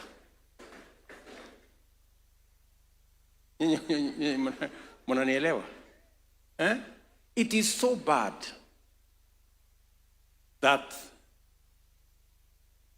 we tried in 2016 with my friend Uhuru Kenyatta. We said we must change this because we are embarrassed. Even our neighbors, just imagine, good people, Uganda is half our economy. Sindio? Uganda is half of the economy of Kenya. But they have 3 times, maybe 4 times, a bigger national security fund than Kenya. Why? Because for 40 years, tumekuwa tukicontribute shilingi 200 kwa NSSF, 200 shillings. Mtu ana earn 50,000, 200 shillings. Mtu ana earn 100,000, 200 shillings. Mtu ana earn 200 shillings. Na contribute 200, employer ana contribute 200. Uganda, 20 years ago, they changed the law. Employee 10%, employer 5%. Tanzania, they changed the law. Employee 8%, employer 7%. Nyinyi mnanielewa? Today, Uganda has a bigger social security fund than Kenya. They have a bigger savings kitty than Kenya. Tanzania, which is 60% of our economy, has a bigger social security fund than Kenya. In fact, Tanzania social security fund is building a 24 building here in Upper Hill. Mimi niliulizwa niende nianzishe. Ni mnanielewa? Sisi tuko pale kwa 200.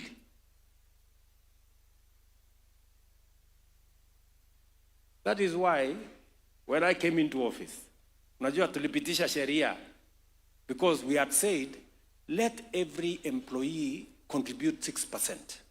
Let the employer contribute 6%. And all that money becomes the money of the employee. We passed the law in 2016. Rafiki yetu Atwoli akatupeleka kotini. Ikakwama kotini. Ikakaa huko kotini, left, right and center. Wakati siku karibu tumkamate, akafanya njama, unajua ni mtu mwerevu. Akakuwa rafiki ya Uhuru Kenyatta. Sasa kutafuta njia kwa ngumu. Akakaa hapo. Sasa Mungu ni nani? Si mimi nimekuwa rais? My friend, sikuchelewa. 2 weeks nikaita Atwoli, hebu kuja. Tukaketi chini na yeye, habari mzee, namna hiyo mzuri kabisa. Sasa wewe hii kesi iko kotini. Unataka tuendelee ku 200 for how long? Do you know the damage we are doing to ourselves? Other countries are making progress. Sisi tunaenda kukopa pesa China because we have refused to save our own money. Nyinyi mnanielewa? Atwoli akawa mzee mungwana, akanisikiza, akaniambia nimekubali. Kesi ikatoka kotini. Kila mtu sasa analipa 6% NSSF. Employers wenu wanalipa 6%. Do you know what? Let me give you the statistics now. From independence to 2013, we had raised 320 billion. From independence to 2023, hii ya juzi, not 2013. And I want you to mark the numbers. From independence to 2023, we had raised 320 billion. In the last 2 years, we have raised another 320 billion. We have doubled our 60 years of savings in just 2 years. By end of next year, actually by 2027, we will have 1 trillion shillings at the next step. Tell me what is going to happen in 5 years. Tell me what is going to happen in 10 years. Tell me what's going to happen in 20 years. The net effect, we will not be borrowing money from China. We will be borrowing our own money, doing roads, doing water, paying our own people, growing our own economy.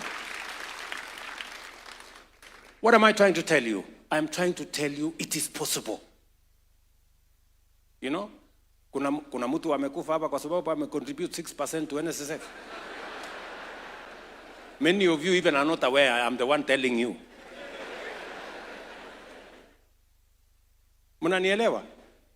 That is how you change a country. Look at what we have done in housing. I'm just giving you, let me give you 3 examples. Why I believe we can move this country from a third world to a first world in our lifetime.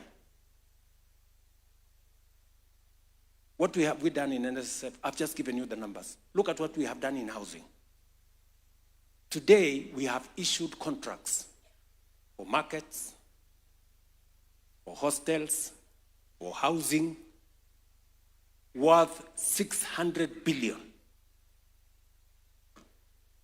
600 billion. Not money borrowed from anybody, our own resources. That whole housing thing you see, not a single shilling has been borrowed from anywhere. If you had asked me to go and look for 600 billion shillings to come and do housing, ningetembea na magoti in all the towns and all the cities, and I would not get it.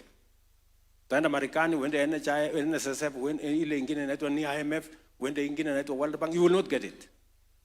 But look at what our own resources, from our own money, look at what we can do. Look at what we have done in health.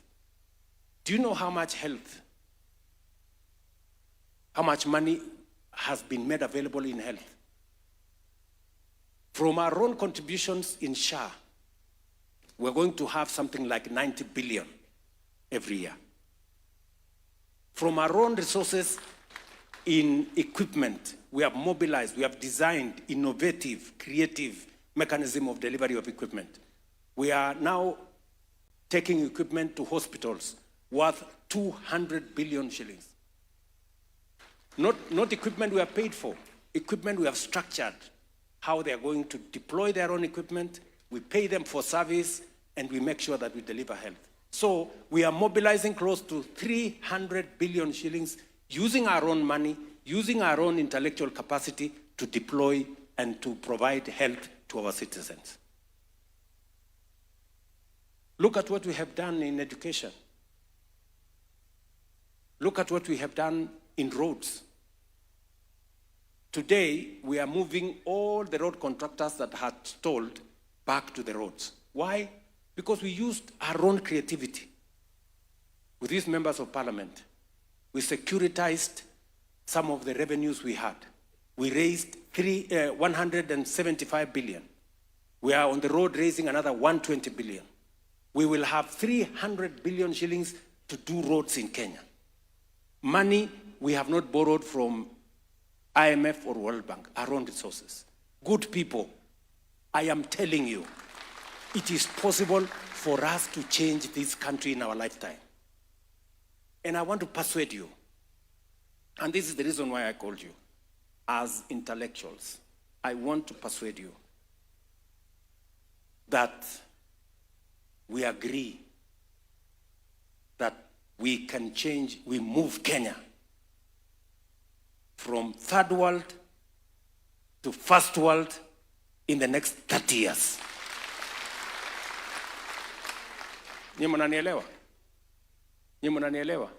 If South Korea could do it, we can do it. If Singapore could do it, we can do it. And we have demonstrated, I have shown you that it is possible. Hii makelele tulikuwa tunapigiana hapa na maandamano, you can see the results in housing. You can see the results in education. Why are we hiring 100,000 teachers? Other administrations did not. Why are we deploying universal health coverage when it was difficult the other day? Why are we rolling out housing when it was difficult the other day? Why are we transforming our social security savings, doubling in 2 years when it was not possible the other day? I just want to persuade you, it is not about William Ruto. It is about Kenya and us and changing our country for the sake of this generation and the generations to come. Friends, marafiki, sijui kama mmenielewa. Mmenielewa? Na hii sio siasa. Forget about politics. Politics is small, hiyo ni maneno kidogo. We have a whole country to think about. We have the future of our nation to think about. We can stop, we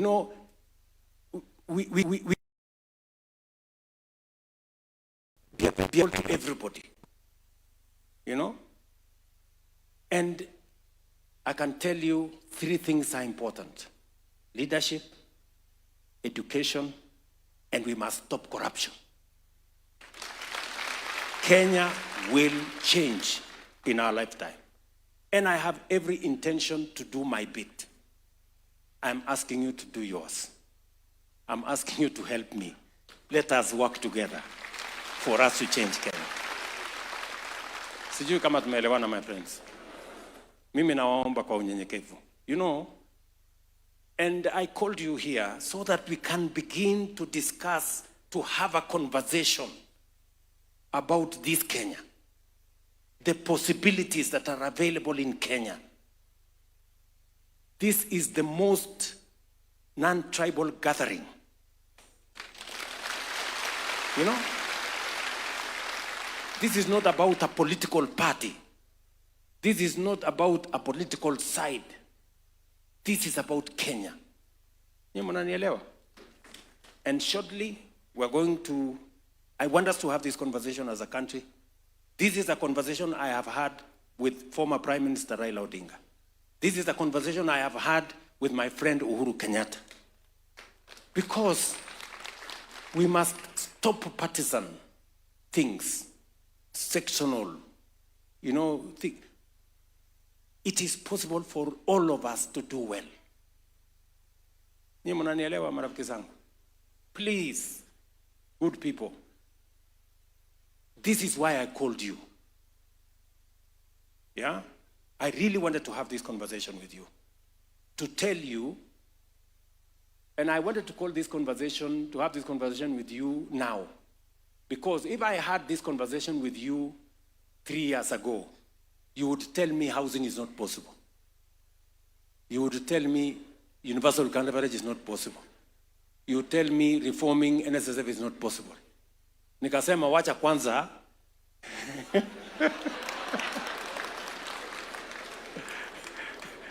nianze na makelele na nini na maandamano, lakini ili nikiwaita, you are witnesses of what is happening. When I tell you we can transform our education sector, we can hire 100,000 teachers, musiniambie mbona wale wengine hawakufanya. Now you know it is possible, don't you? You know it's possible. Ama namna gani? Because it's been done. And that is why I have big difficulties, because we have a disconnect. Because citizens are accustomed to things not working. So that even when they work, they still want to believe they have not worked. You know? Ndio unaona hata saa hizi bado tuko na viongozi wengine wanasema watakuja ku abolish housing. Oh, tutakuja ku abolish universal. Yani ujinga. Yani you have no better plan. You don't know how to move the country forward. Unataka kuturudisha nyuma. You know? So really, marafiki, I really wanted to talk to you. I told you, I want to talk to you as a leader, and I want to talk to you as citizens and intellectuals of the Republic of Kenya. That is the conversation I want us to have. We are going to move this conversation forward. We will not believe the naysayers. You know, there are many people who are negative. They never see anything. Oh, tumesikia hiyo. Oh, hiyo ni uongo. Oh, hiyo nini. You know, those things. But you see, we can change this country. And I have great faith that we can do it together. Tunaelewana? As the lawyers say, I rest my case. Nimemaliza.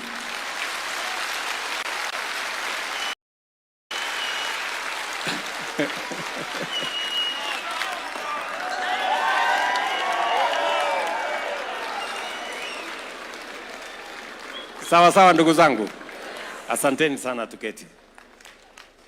Now, let me come to si nilikuwa na lesson plan. Wacha nikuje sasa niwaambie in brief what we have been able to do in the education sector. I have explained in my other presentation. I just want to take you through quickly. I've explained to you that transforming education was not a political issue. Transforming education was deliberate because through education, whether you look at Korea, whether you look at Singapore, whether you look at Malaysia, intellectuals, the capacity for people to understand things, education was at the center of their own transformation.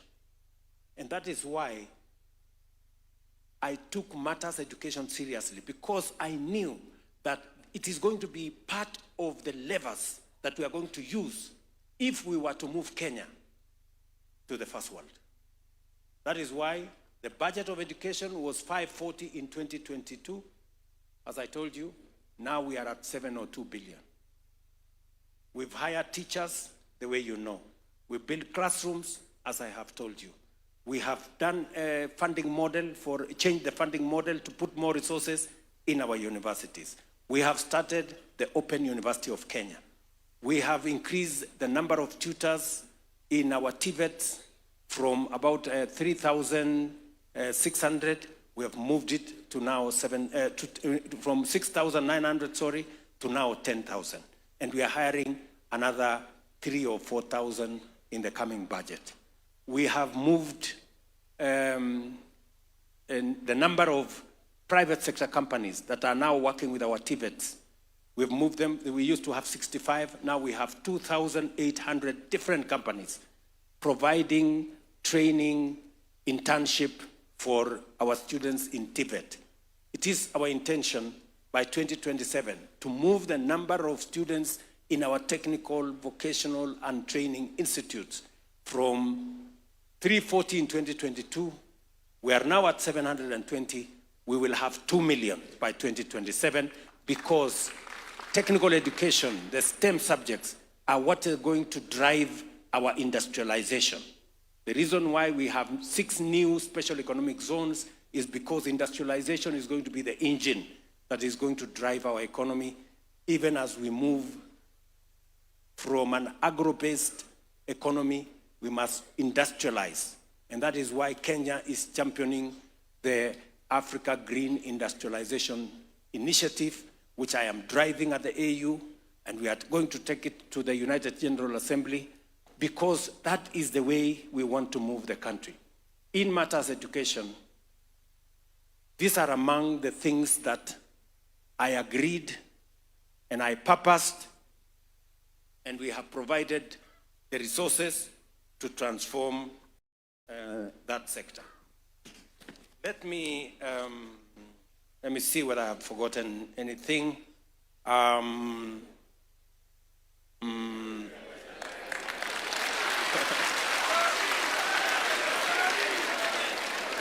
I think I have captured most of the things, you know? I think I've captured most of the things. The one thing that I just wanted to give you the beacons of what we are doing in matters education. From making sure that we have adequate resources, we've increased the budget significantly. No other administration has increased the budget that much. We've brought in more teachers, built more classrooms, started, operationalized the Open University of Kenya, which I have told you by December 2026, we will have 100,000 students learning. It will be the biggest university in Kenya by 2026 in just 3 years, because education is important. Knowledge acquisition is important. That is how other countries have driven their own transformation. That is how Singapore left us behind. Malaysia left us behind because they invested in education. And that is why I moved to the third section of this morning's lesson plan. I said that third section, there are things we have done in education. They are significant. You have participated in those things. But I know you have ideas on how we can make it better. Sindio? You have ideas on how we can make it better. I have gone through it. I have seen. that there are some brilliant ideas that you have brought through the MOU that, the memorandum, sorry, that was sent to me by the associations and the unions. I want now somebody to make a presentation of what you think we can do better to deliver on this very central subject of education. You know, I think one or two of the colleagues here will do that presentation to us. And then from there, I will respond to some of the issues that you have raised. Some of them we can do now. Some of them we can plan to do in the medium term. And I'm sure we will agree on how education is going to play a central role in moving this country to where I want us, all of us, to move the nation to. And then finally, if there will be any questions for me, I will be more than willing to respond or clarify on some issues. And then we will do the final things, alafu tutamaliza. So, who is going to make the presentation of the items that the memorandum, who will do it? You will call them. Yeah, so one or two people can make that presentation. Thank you very much. Thank you very much, Your Excellency, for those insightful, for the insightful speech. Your Excellency, allow me to call the leaders of the unions, Your Excellency, and as colleagues of you, the Secretary General of Kenya National Union of Teachers. Your Excellency, sir, here before you are 3,300 Kenya National Union of Teachers, leaders from around the country. Allow me, Your Excellency, before I give you to introduce, we have been joined by the Minister for Lands, Housing, and Urban Development and Public Works, Honorable Alice Wahome. We have also been joined by the PS Housing, PS Charles Hinga. We have also been joined by the Chairman, Teacher Service Commission, Dr. Jamlek Muturi, and also the Acting CEO, Evelyn Mitei. Asante sana. Karibu sana. Thank you very much, Professor. Thank you. Rais anasema muimbe wimbo moja anarudi. Haya. DJ yuko wapi?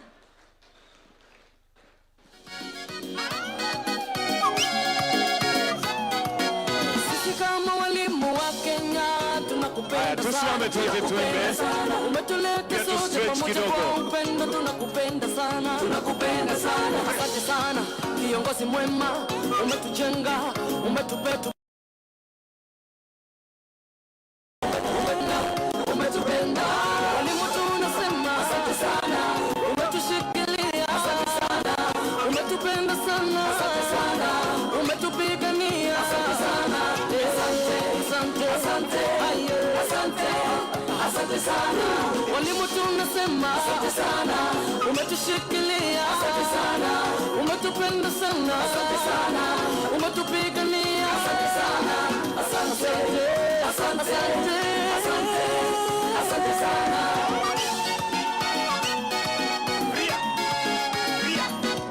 Rais wetu kiongozi mama, tunakupenda sana. Tunakupenda sana. Umetupa ajira na unaukabila, tunakupenda sana. Tunakupenda sana. Rais wetu ubagui, uchagui, unatujali. Rais wetu ubagui, uchagui, unatujali. Walimu tunasema asante sana, umetushikilia asante sana, umetupenda sana asante sana, umetupigania asante sana, asante asante asante asante sana. Walimu tunasema asante sana, umetushikilia asante sana, umetupenda sana asante sana, umetupigania asante sana, asante asante asante asante sana.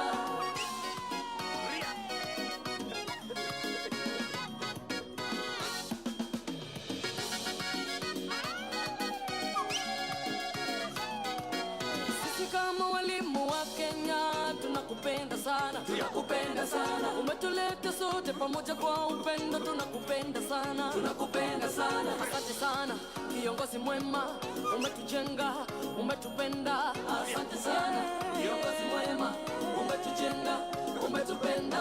Walimu tunasema asante sana, umetushikilia asante sana, umetupenda sana asante sana, umetupigania asante sana. Asante, asante, asante, asante sana. Walimu tunasema asante sana, umetushikilia asante sana, umetupenda sana asante sana, umetupigania asante sana. Asante, asante, asante, asante sana.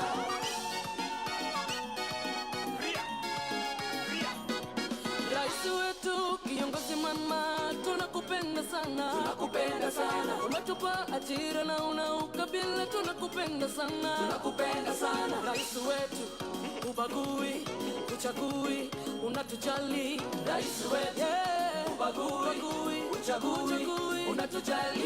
Walimu tunasema asante sana, umetushikilia asante sana, umetupenda sana asante sana, umetupigania asante sana. Asante, asante, asante, asante sana. Haya basi, kwa makofi tuseme asante walimu. Kwa kweli tumeshikiliwa. Asante. Asante sana.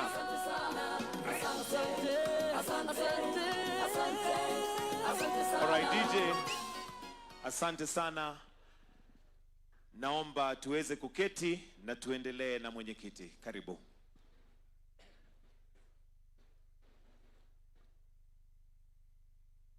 Your Excellency, the President of the Republic of Kenya, Your Excellency, Deputy President, CS Education, PS Education, Professor Bitok, CSs who are here, the Chairman of Education Committee, my brother and colleague teacher, members of the Education Committee, Teachers Service Commission, led by the chairman and the CEO, the leadership of trade unions here, ladies and gentlemen, walimu wenzangu, solidarity! Solidarity! Solidarity! Your Excellency, I have my team here with me, the national steering. Just stand and wave. National steering, Kenya National Union of Teachers.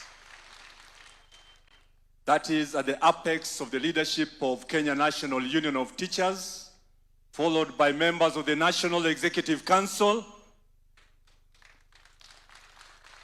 teacher leaders in all the 110 branches of Kenya National Union of Teachers. I hope you are here. Asanteni sana. I listened to His Excellency, and I want to be very frank. As teachers, when we went to college, one thing stood by us. No one taught like this man.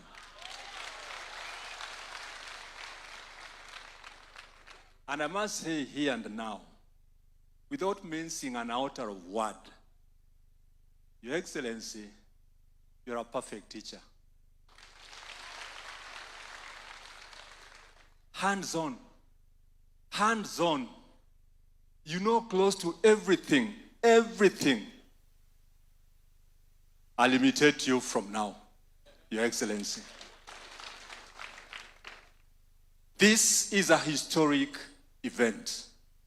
And I want to thank CS Education and PS for organizing this event. And I want to dub this event, Your Excellency, Walimu na Rais. More to that, because it is a colorful, enjoyable experience, I would wish that after every 2 years, Your Excellency, we come back here for Walimu na Rais. Solidarity. Solidarity. Solidarity. This sector needs peace more than ever. And you'll agree with me, in all our schools, performing schools have peace. This country needs peace for education to cherish. I want to thank you, Your Excellency. You've brought on board every other person in this country to work with. And that is why, as a Secretary General on behalf of teachers, members of Kenya National Union of Teachers, I want to say,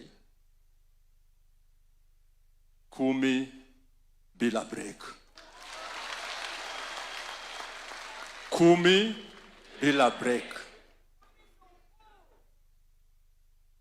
Broad-based government is the way to go. Your Excellency, you've mentioned everything in this sector. For us, we only have to appreciate collective bargaining agreements. Your Excellency, we were worried as leaders of trade unions at the beginning of this year, because we all know it, that SRC had pronounced a freeze to any monetary CBA. Teachers Service Commission, through your advice, Your Excellency, sat with us, and on the 18th of July, we signed a CBA. Simuliona CBA walimu? Now, thank you. But what we would like to ask on the CBA, globally, and these are recommendations from the International Labour Organization, our CBAs are for cycles. We want to request you, Your Excellency, to reduce the 4 years to 2 years of CBA. Based on the inflation,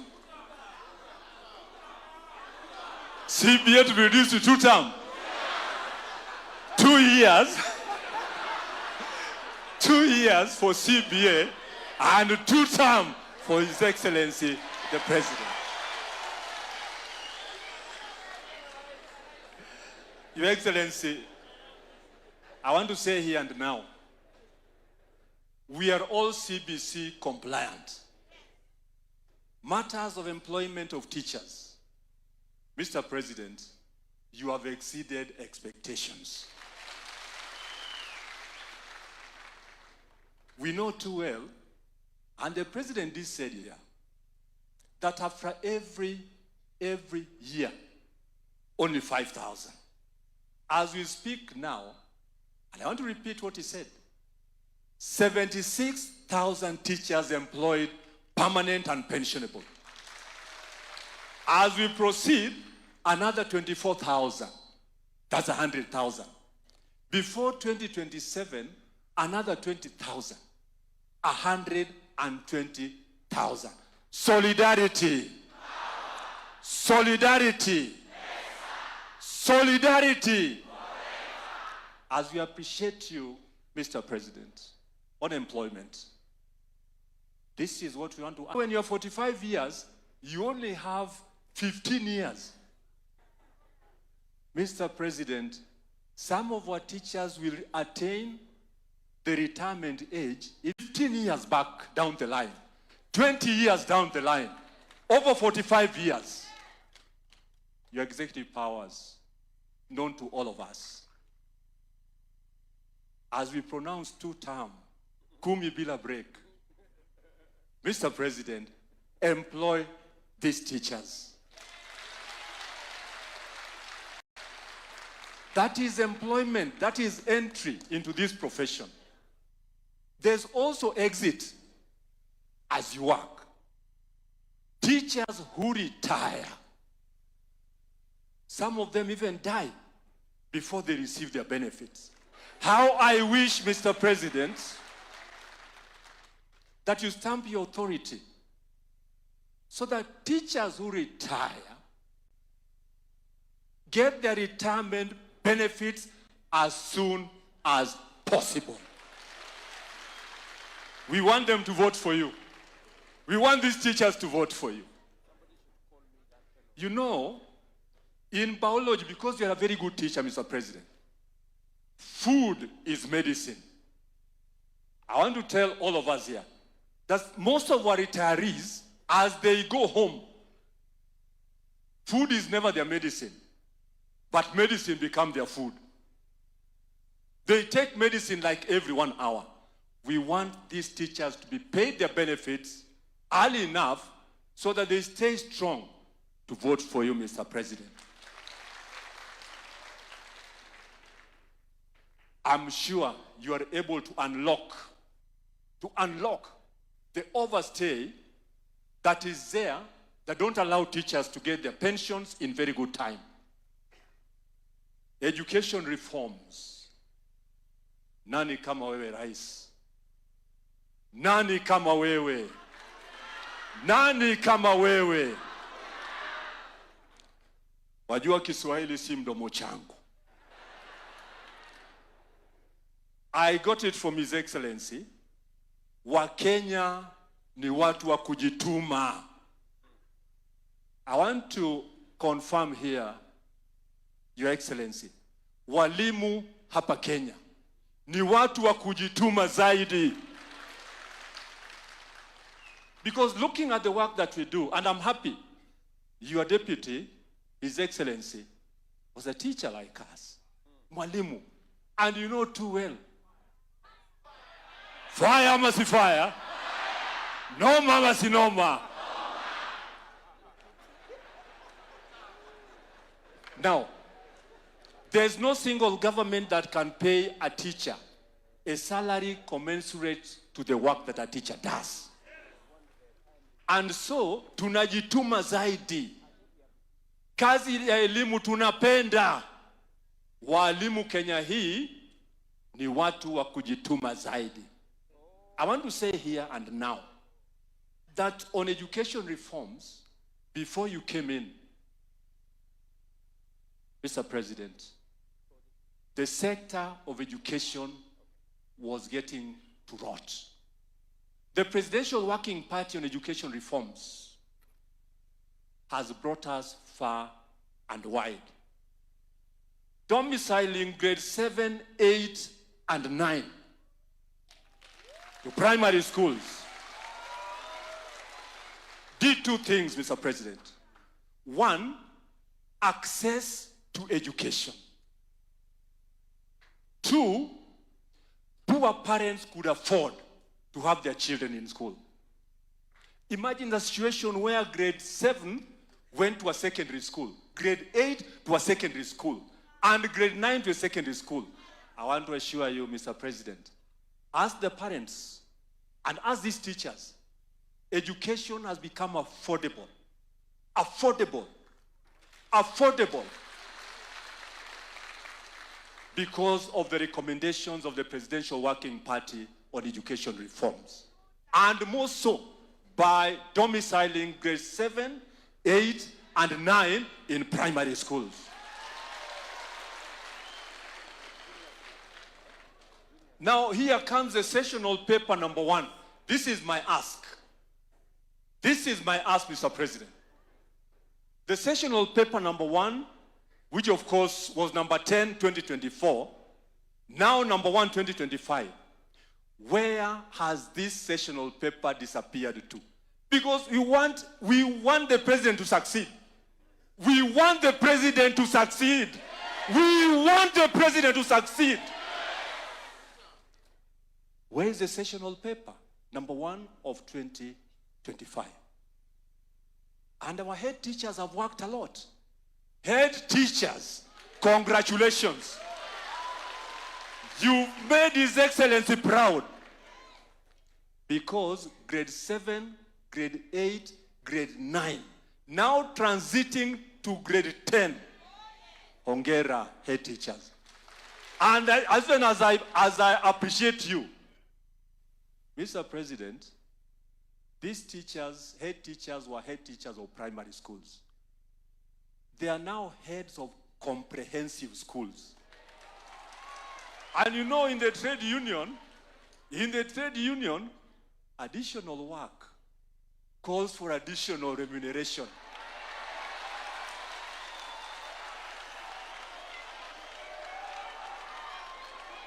These heads are even capped in D1, and they'll never go beyond D1. My ask on behalf of these heads, just a pronouncement, Mr. President. Just a pronouncement. Just a pronouncement. Just a pronouncement.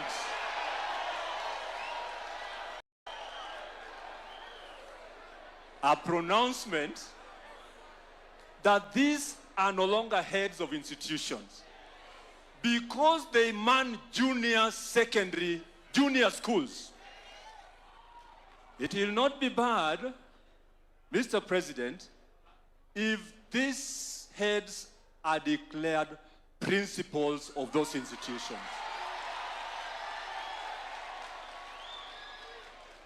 Because I'll tell you, and Teacher Service Commission has data. Most of our heads are graduates of master's and doctorate degrees. That is where we are. Mr. President, delocalization was repealed courtesy of your leadership. Families suffered. Families suffered. There was no peace in most of the families where there was delocalization. And I want to say here without blinking that even conjugal rights became conjugal privileges in most families.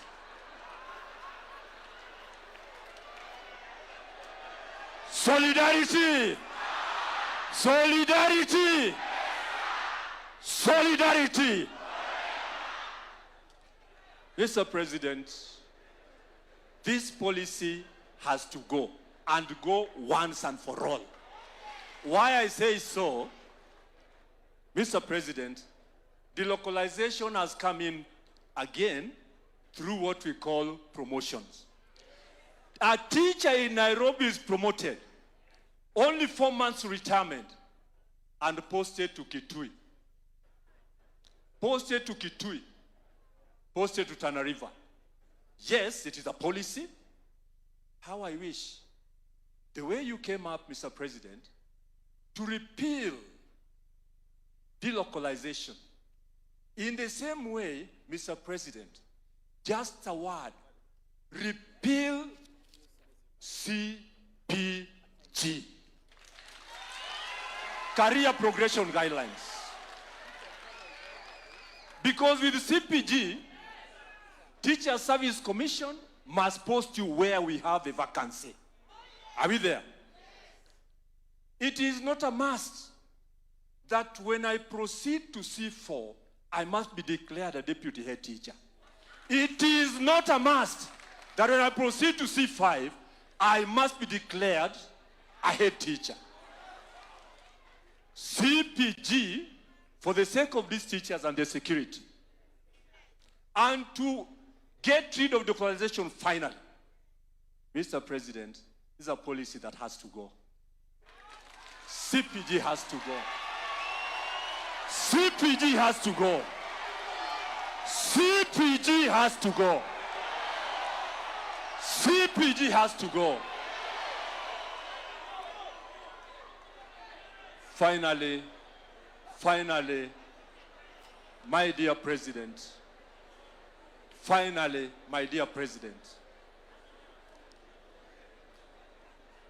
hello? Order. Order. Order. Mr. President, we have our colleagues in hard-to-staff areas. When a teacher volunteers to work in a hard-to-staff area, I think issues of policy should not be kept to stop the teacher from getting promotions, and even be confirmed substantively to be a principal, a head teacher, or even a deputy head teacher where one works under hardship. Will as many of the opinion say aye? Mr. President, the ayes have it. Thank you so much, and may God bless you. Asanteni sana.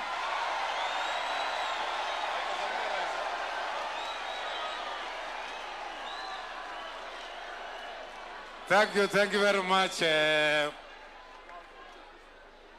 Colin Soyu, Your Excellency, the Secretary General of Kenya National Union of Teachers.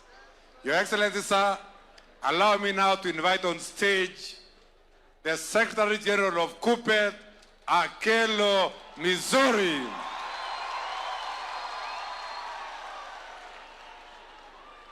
Thank you very much. I can see the chairman, Mheshimiwa Omboko Milemba Scam. Karibu sana, Mr. Chairman. Thank you very much, Your Excellency, the President of the Republic of Kenya. Thank you very much, the Deputy President of the Republic of Kenya. Every protocol observed. Solidarity. Teachers' power. Mine is very brief, to introduce the battalion that I led here from KUPPET.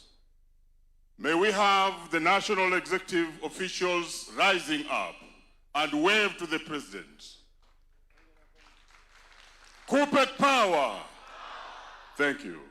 May I have the National Governing Council rise wherever you are. Wave to the President. Teachers' power. Finally, Your Excellency the President, majority of the teachers that you talked about whom you have already employed are also in the house. Those are called the JSS. Could we have the modules rise up? Teachers' power.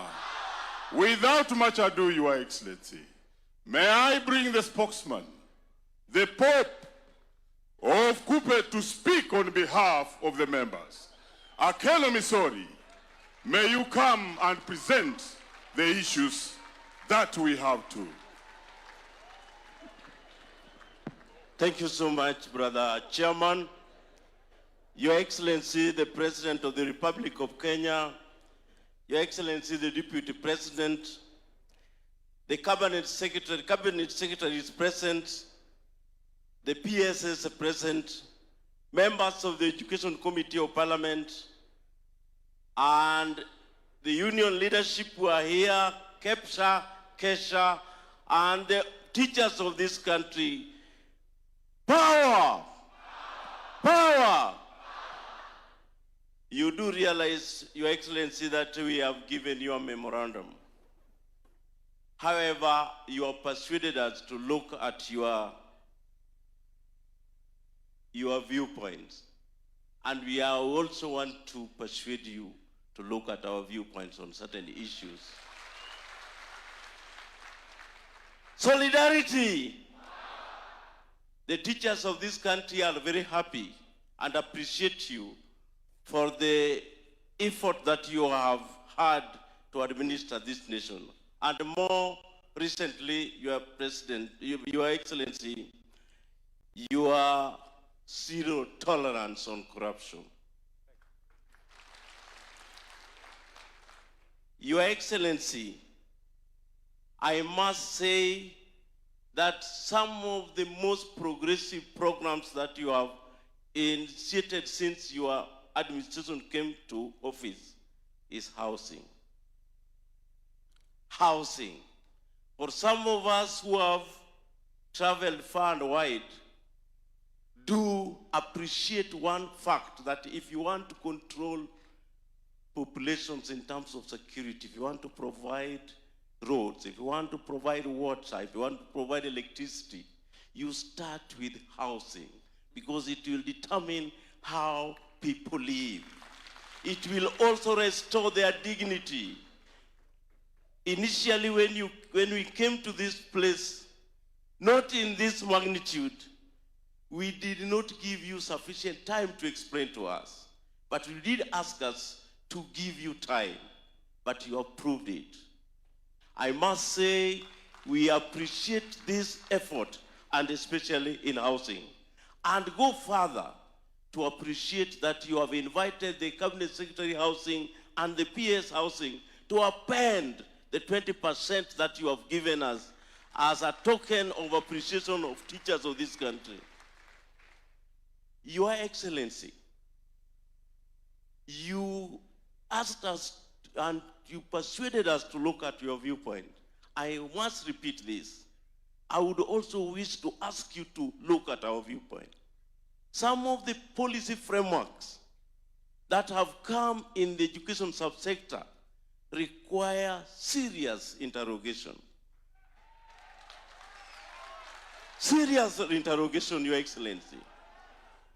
And one such, and you can hear some appreciation from the background.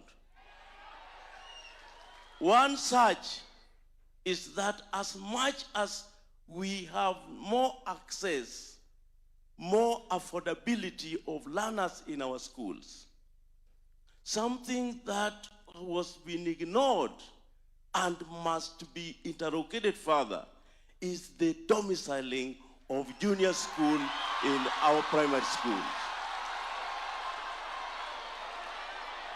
I must say this because one element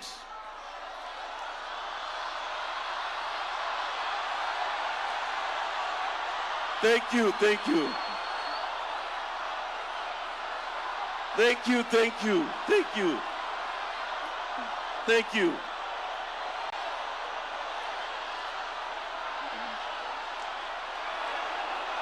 you. Thank you.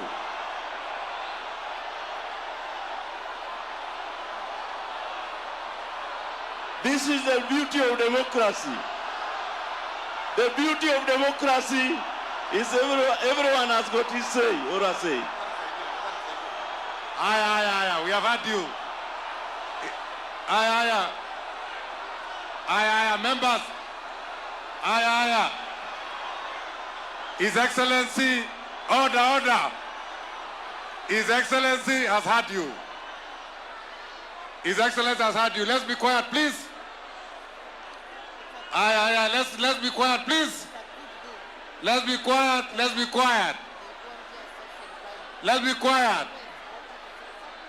Aye, order. Aye, another issue. So His Excellency the President has had you. Aye, order. Let's be quiet.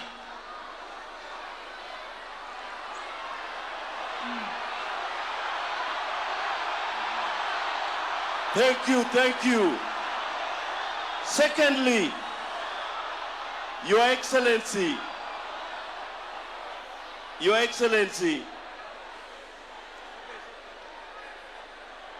something which has really disturbed us is allocation to a Teacher Service Commission for promotions. We really appreciate the promotions which you have granted us over the years. And we appreciate the over 56,000 teachers who are promoted.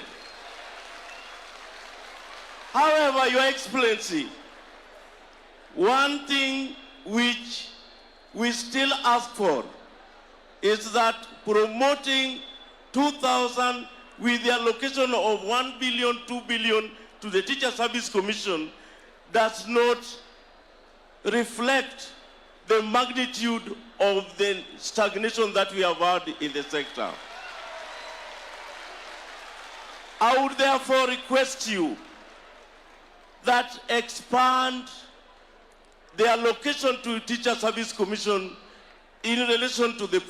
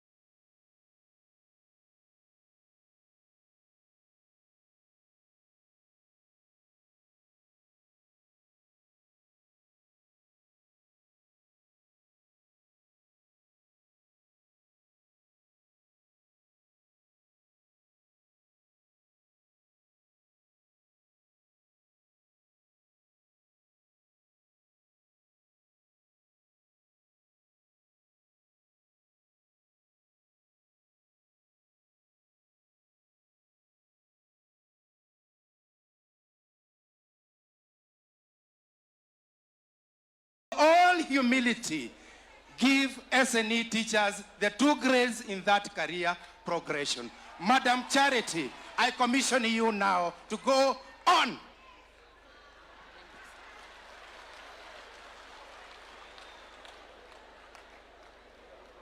Your Excellency, the President of the Republic of Kenya, Your Excellency, the Deputy President, Cabinet Secretaries present, and all protocols observed, teachers fraternity. Leo ni siku kuu ambayo Mungu ameifanya. Tumeona sote, tafadhali tunyamaze ili tuweze kuendelea vyema.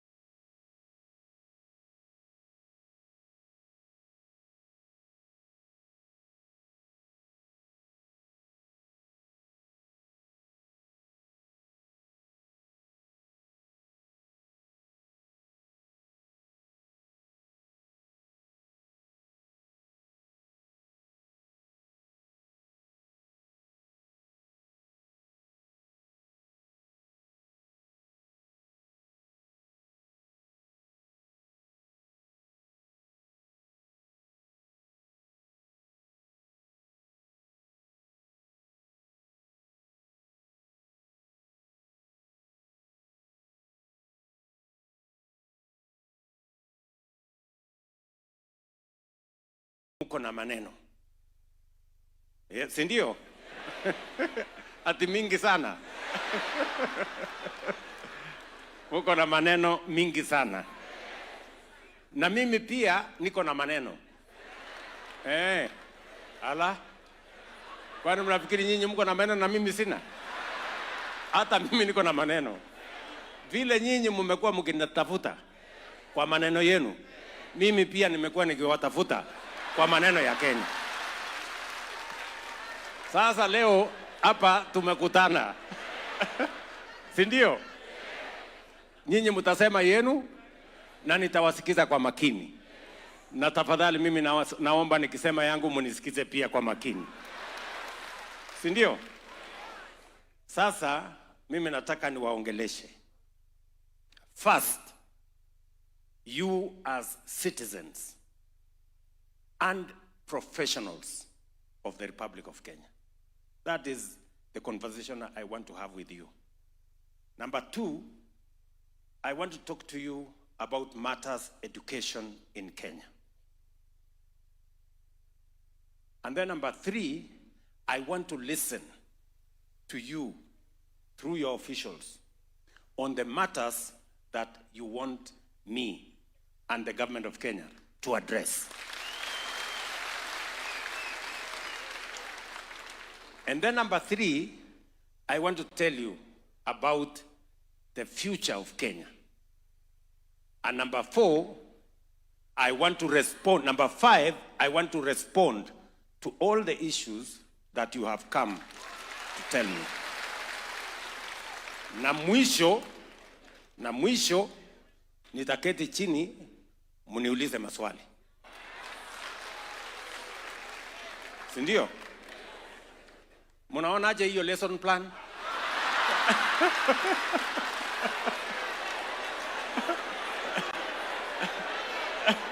Iko sawa? Hiyo lesson plan iko sawa? Iko sawa?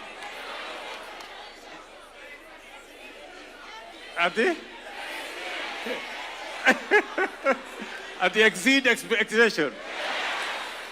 Sasa sikizeni. Mimi niliambiwa na mwalimu, unajua kwanza nawaletea salamu kutoka my former girlfriend ambaye ni roommate wangu, now my wife, ambaye ni mwalimu kama nyinyi. Amenikumbusha nilete salamu kwenu, na alikuwa ananiambia lesson plan inaanza from the known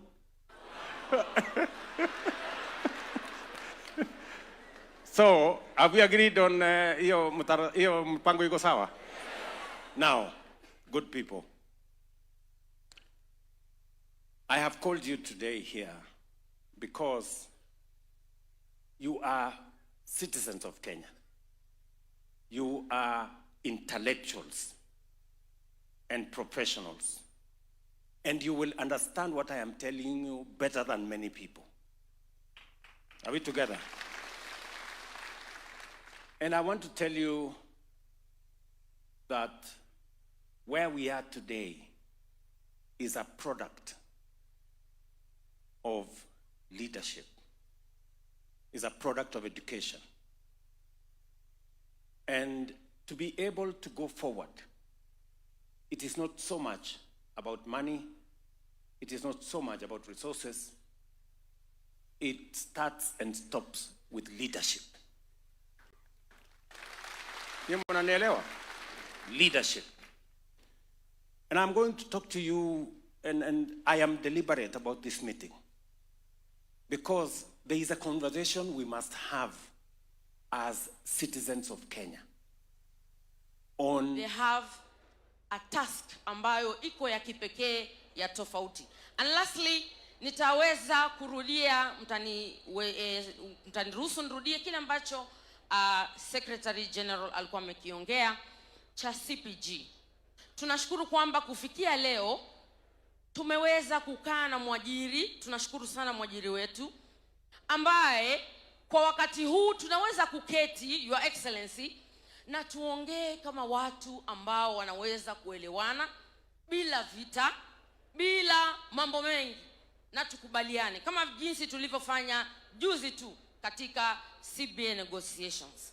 Wakati huo tuliweza kuulizia kuhusu career progression ya 2018 ambayo mpaka leo walimu walio katika special schools na special units hawajawahi kuangaliwa katika career progression hiyo.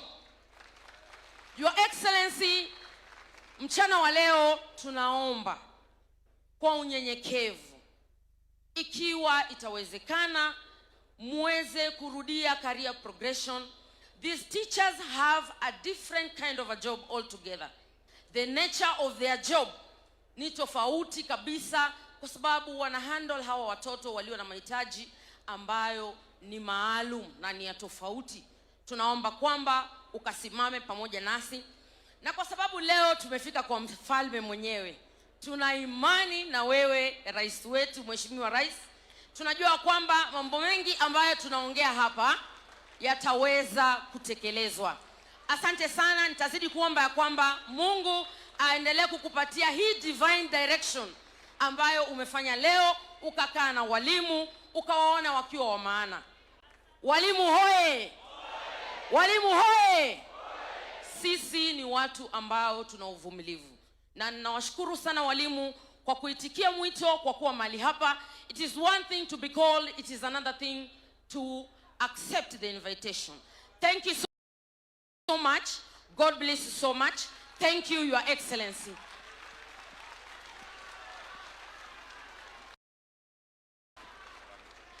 Thank you very much, Charity. Your Excellency, sir, our next speaker is the chairman of KEPSHA, Mr. Faud Ali. Karibu. Let us be brief, Ali, because His Excellency already has the issues. Let us try to be as brief to the point as possible. Karibu sana. Asante sana PS.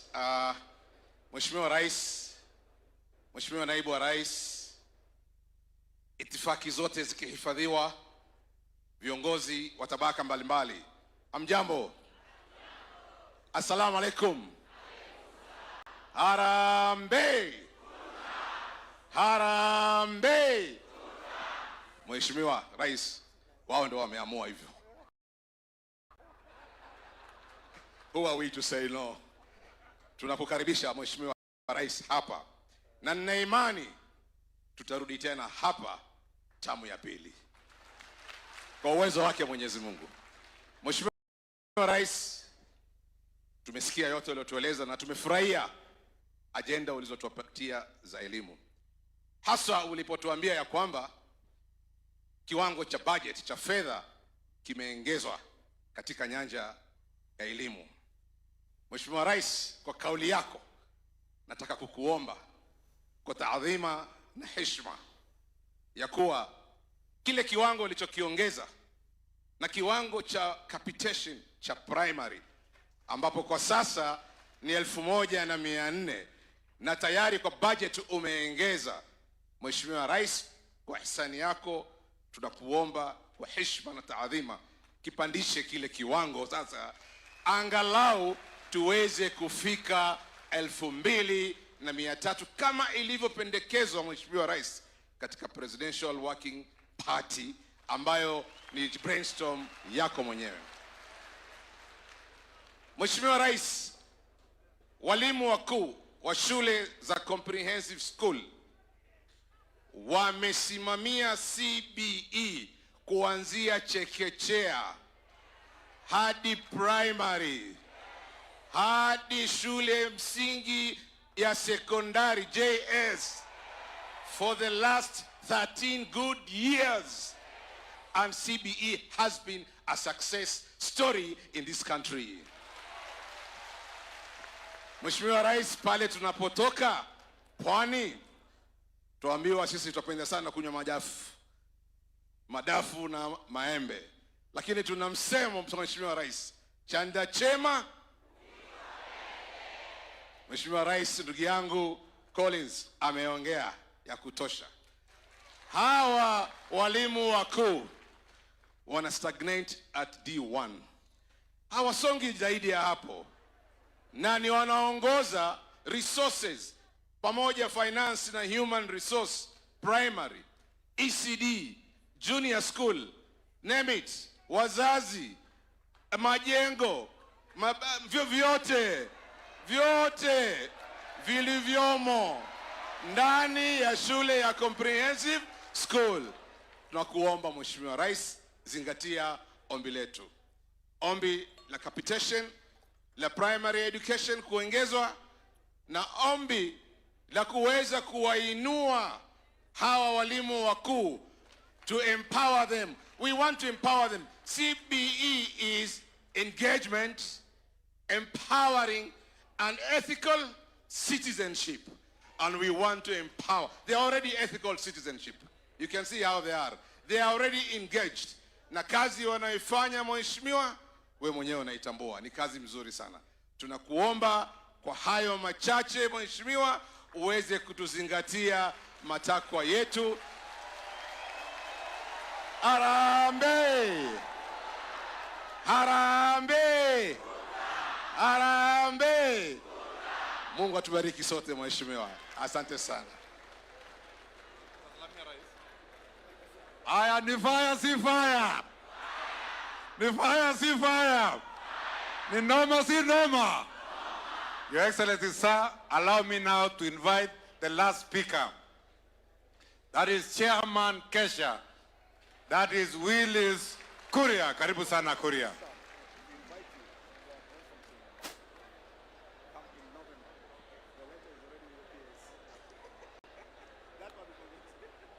Your Excellency, the President of the Republic of Kenya, the Deputy President of the Republic of Kenya, Cabinet Secretary is present, the PS and all the guests here. I wish to take note that I'm the last speaker, and most of the things that I was to raise have been raised. So I do not have much to add, but maybe I may have one or two affirmations. Your Excellency, the President, I want to say here that today's lesson that you delivered here was delivered with a lot of clarity and eloquence. And I think there aren't very many questions.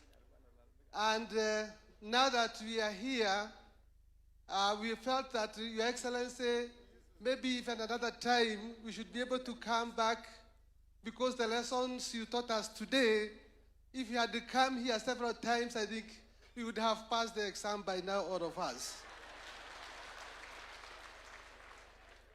Your Excellency, as Kesha and teachers, we worked with you during your term as the Deputy President for the first term, the second term, and now the first term as the President. So I don't see the reason why there should be no second term as well. Your Excellency, after you gave us the lesson you gave us today, and now we are here from the management point of view. We have mentioned the issue, you told us how to improve the quality of education. And without taking much time, I would like to say that without having learners in class, it might not sometimes be possible. And therefore, Your Excellency, among the reasons that make learners to be out of the class is the issue of funding. Funding is very crucial here. And we have what is in schools today. For example, the fee that was set in schools today was set in 2014, and now we are in 2025. The inflation has gone up by 47% since 2014 up to now. But the same fees has been there. So it sometimes becomes difficult to continue with the learners in class. But worse still is that the capitation that is given to schools, again, it was set in 2017. And when it was set in 2017, again, the inflation has gone up. Moderate to Your Excellency is that this capitation of 22,244, in most cases, it has actually not come in full for all that time from 2017. And therefore, Your Excellency, taking from what you have told us, if only this capitation can come to what is in law, 22,244, I think we really appreciate Your Excellency. I'm happy that we got an opportunity to tell you this live, because we have actually been telling you this in the newspapers, but now you are here, Your Excellency. The other point on this, Your Excellency, is the issue of the deduction of this capitation, because capitation was meant for operations and tuition. But then once it is brought in school, we are also told to deduct it and take it towards infrastructure. Your Excellency, we would like capitation to be purely for tuition and operation. And this is going to help improve the quality education. Having said that, Your Excellency, also to improve the quality of education in this country, the persons who deliver the curriculum from the management point of view cannot do it well unless they are well motivated. And I want to appreciate what the unions have told us. There has been an issue of the promotions of teachers, as it has been said. I want to thank you because teachers are being promoted 25,000 every other time. And there are 500,000 teachers. Your Excellency, I know you have hardships, but we would appreciate if this number can be increased. In fact, sometimes when I look around, because there are some teachers who have remained in the same job group for 15 years, I think as a country, even when there was the World War, the country was lavished But I think the leaders of that time, they decided to take the bull by the horn, especially the US, and they brought up what was called the Marshall Plan to bring back the economy. Can there be a Marshall Plan for teachers so that there can be just a big group? Maybe those who have stayed in the one job group for more than 5 years, they'll be told this is a Marshall Plan now. Go to the next job group, all of you. These people, Your Excellency, they have done interviews until now they don't go anymore because there is no hope.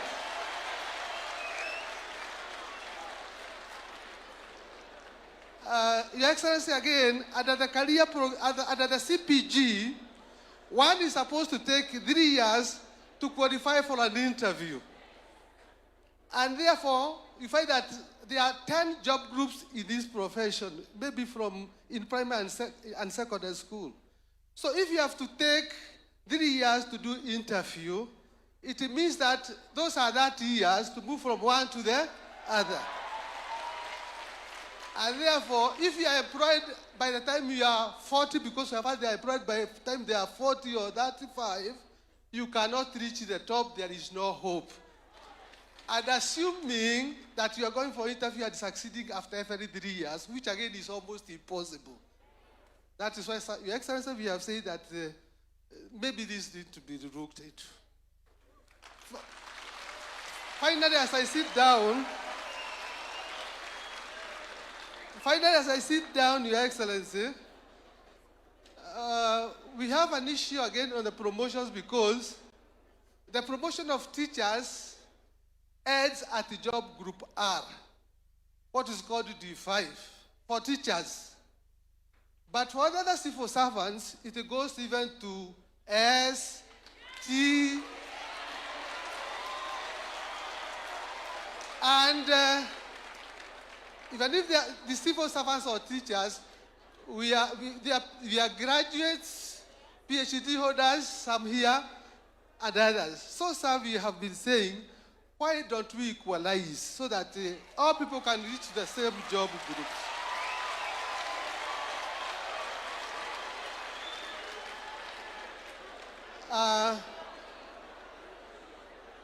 Your Excellency,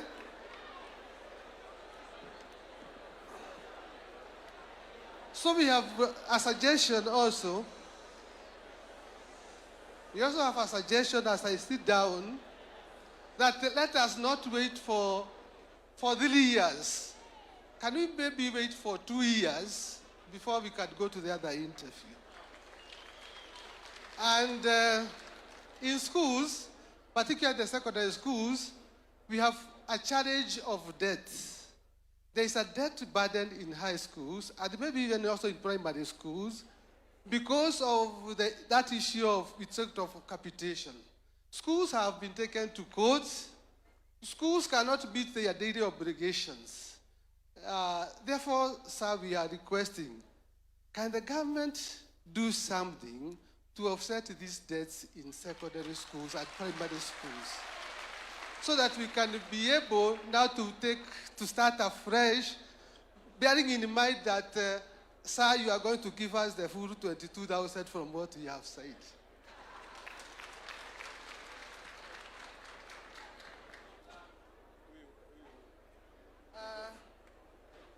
Finally, sir, the disbursement of the fees of the capitation sometimes is delayed, and we hope that now, finally,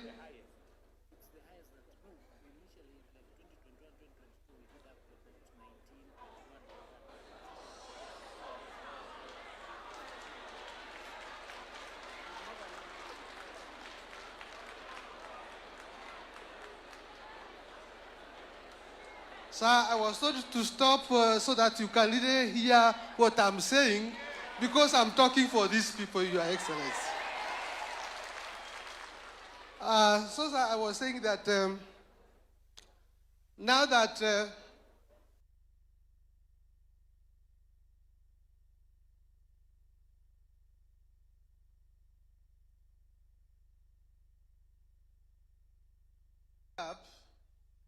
I must say, sir, that something has to be looked into in secondary schools so that we can stop what I may call some wastage. There are so many secondary schools that are operating with 100 students and even below. So many of them. And because capitation is given per learner, so if they are given about 17,000 and they are 100, you can see the little money they get, they cannot be able to pay salaries, they cannot be able to operate. At one time, we had been told that there is going to be the minimum package for all schools. That is, before you start counting the number of students, then first of all you can say all schools are going to get a flat rate maybe of 500,000, and then from there we can start counting the number of students, so that these schools are able to operate. And we believe, sir, that this one can also be able.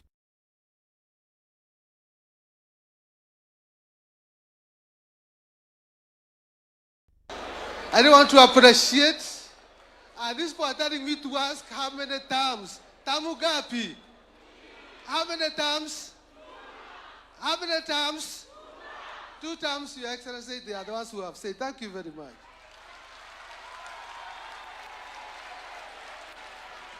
Thank you very much, Korea. Your Excellency, sir, the teachers have spoken. The teachers have spoken. Allow me, Your Excellency, I've requested the CS to allow me to invite the Deputy President to invite you so that you can respond to the issues the teachers have raised.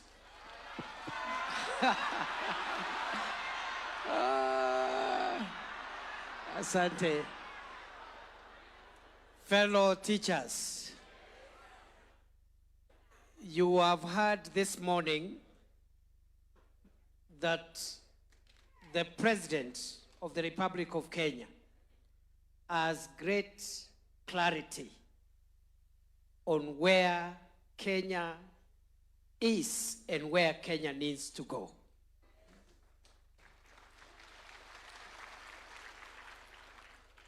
And therefore, Mr. President, on behalf of the rest of us who work in your administration, I want to assure you we will spare no efforts in supporting you to deliver on the great vision that you have for our country, so that we can transform our country. As you've told us, it is possible to do it in a generation because others have done it. The second thing, before I invite the President to respond to our issues, is to thank the President for engaging with us. Because it is one thing to recognize that teachers are intellectuals and thought leaders, but it's another to listen to their inputs and to engage with them. Many people agree that teachers are thought leaders, they are intellectuals, but many do not engage, listen, and put on board the views of these intellectuals. The President has been there, looking at your memorandum, listening to your presentations with a notebook and pen.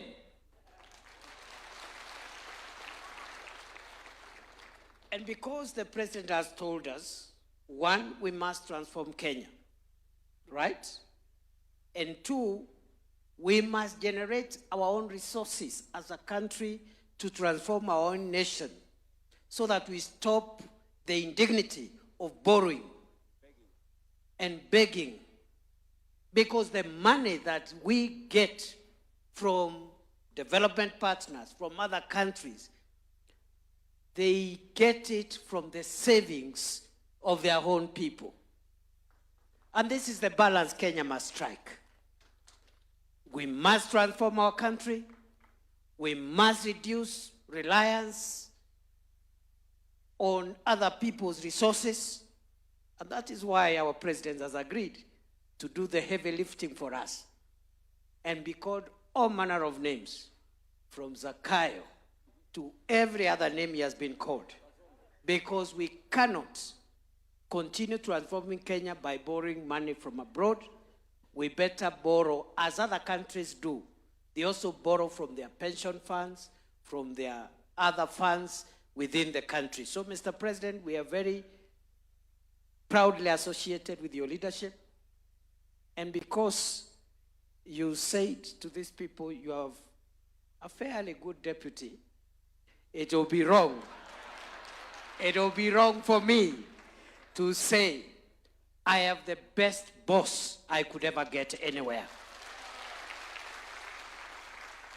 Very, very intellectually alert, very engaging, but also he respects and dignifies all of us. Watu wengine wakipewa mamlaka wanakuwa na kiburi. Aheshimu wale watu wanafanya kazi nao. And Your Excellency, I want to say, you are the finest product of our teachers, because just like all of us, even the president is a product of teachers. Ama namna gani? Kwani Kiingereza rais anapromosha hapa imetoka wapi? Si ni shule? Kweli si kweli? Walimu ni fire si fire? Wacha niulize, tusimame tuwakaribisha Rais William Ruto.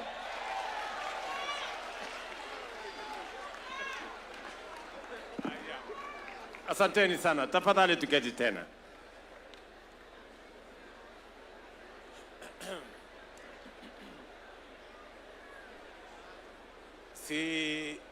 I can see lesson plan inaendelea. Iko kwa mpango. Now, I said that I was going to respond to the issues, and I have been listening very carefully, and I have made enough notes. And I began listening ever since we agreed to have this meeting.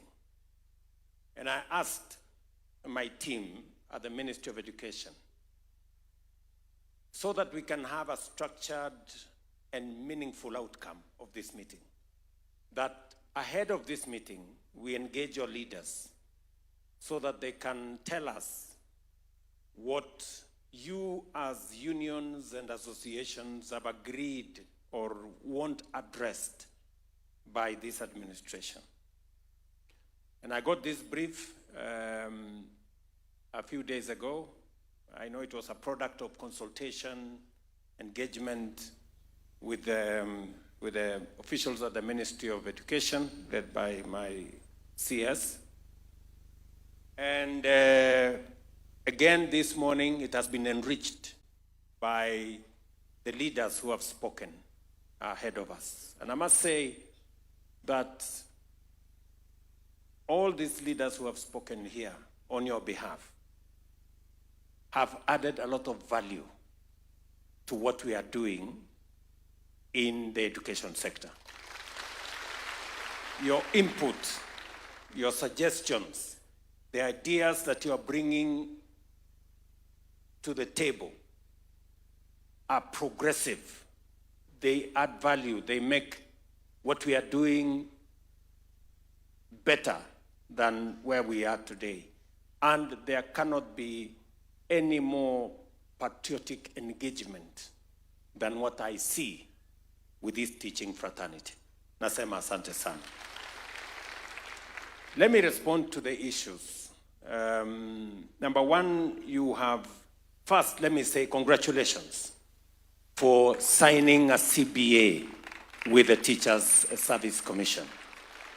I know there are many people who are not happy because there was no demonstration. You know? Wengi wanashangaa ati CBA imekuwa signed. How? Mbona sufuria haijapelekwa kwa barabara? Mbona hakuna maandamano? Mbona you know? But is there any reason for us to engage in the streets when we can engage in negotiation tables? There is absolutely no reason. And that is why there are people who are unhappy that this has happened without people quarreling. It is not necessary for us to have a quarrel when we can find an avenue for engagement and agreement. And I want to tell the teachers of Kenya that whatever it is that has been signed as a collective bargaining agreement, we will honor our part as government. And if there are any areas of improvement, we will look at them and we can review and we can even go beyond what has been signed in the CBA. In the context of what I told you earlier, that education is going to be central to the transformation of Kenya. We need more intellectuals. We need more people with ideas. We need more knowledge if we were to move Kenya from where it is to where we want it to be. So we will spare no effort in doing this.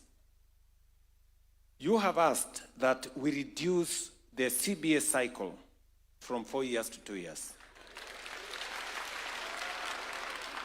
I want to say that that is a useful suggestion. I am told from the presentation that has been made that it is possibly what is recommended, globally, that maybe this should be the case.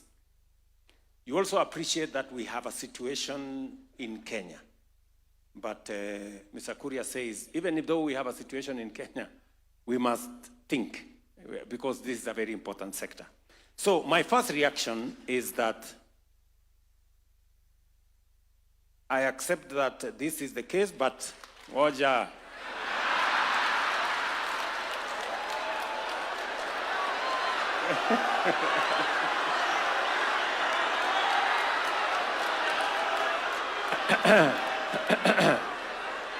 Nyinyi mnataka kunichochea niseme maneno alafu. So first, we have the CBA that we have signed. But my instructions to the team here is that the next time we are engaging, first, I accept that we need to reduce it. First, I agree that we need to reduce. Now, I want to leave it to the teams to go and sit down. Do we reduce it from 4 to 3 or to 2?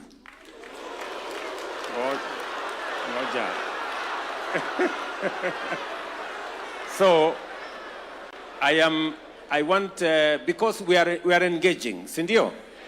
So, the teams here, TSC, Ministry of Education, and the teacher leadership here and CAPTCHA, now you have our mandate to go and review this downwards.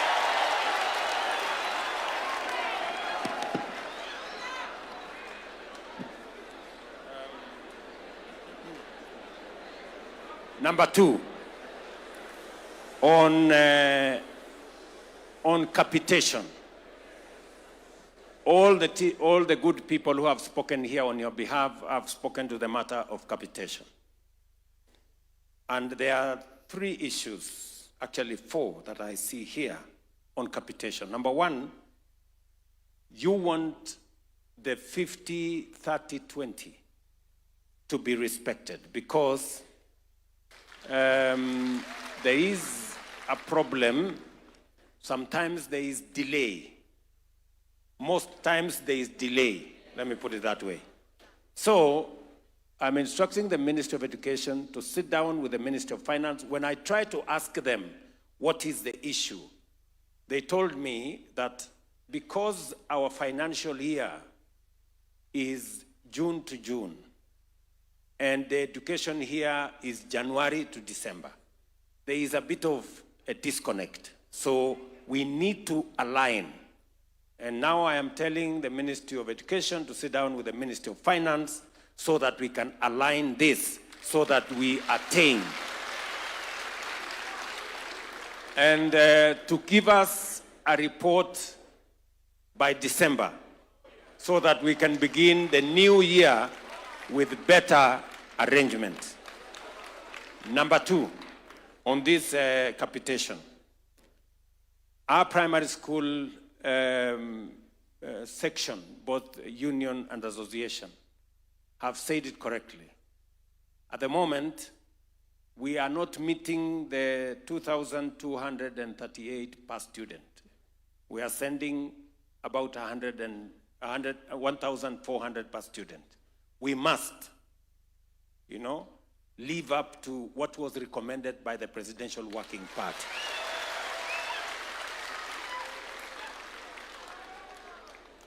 Same thing with our secondary schools.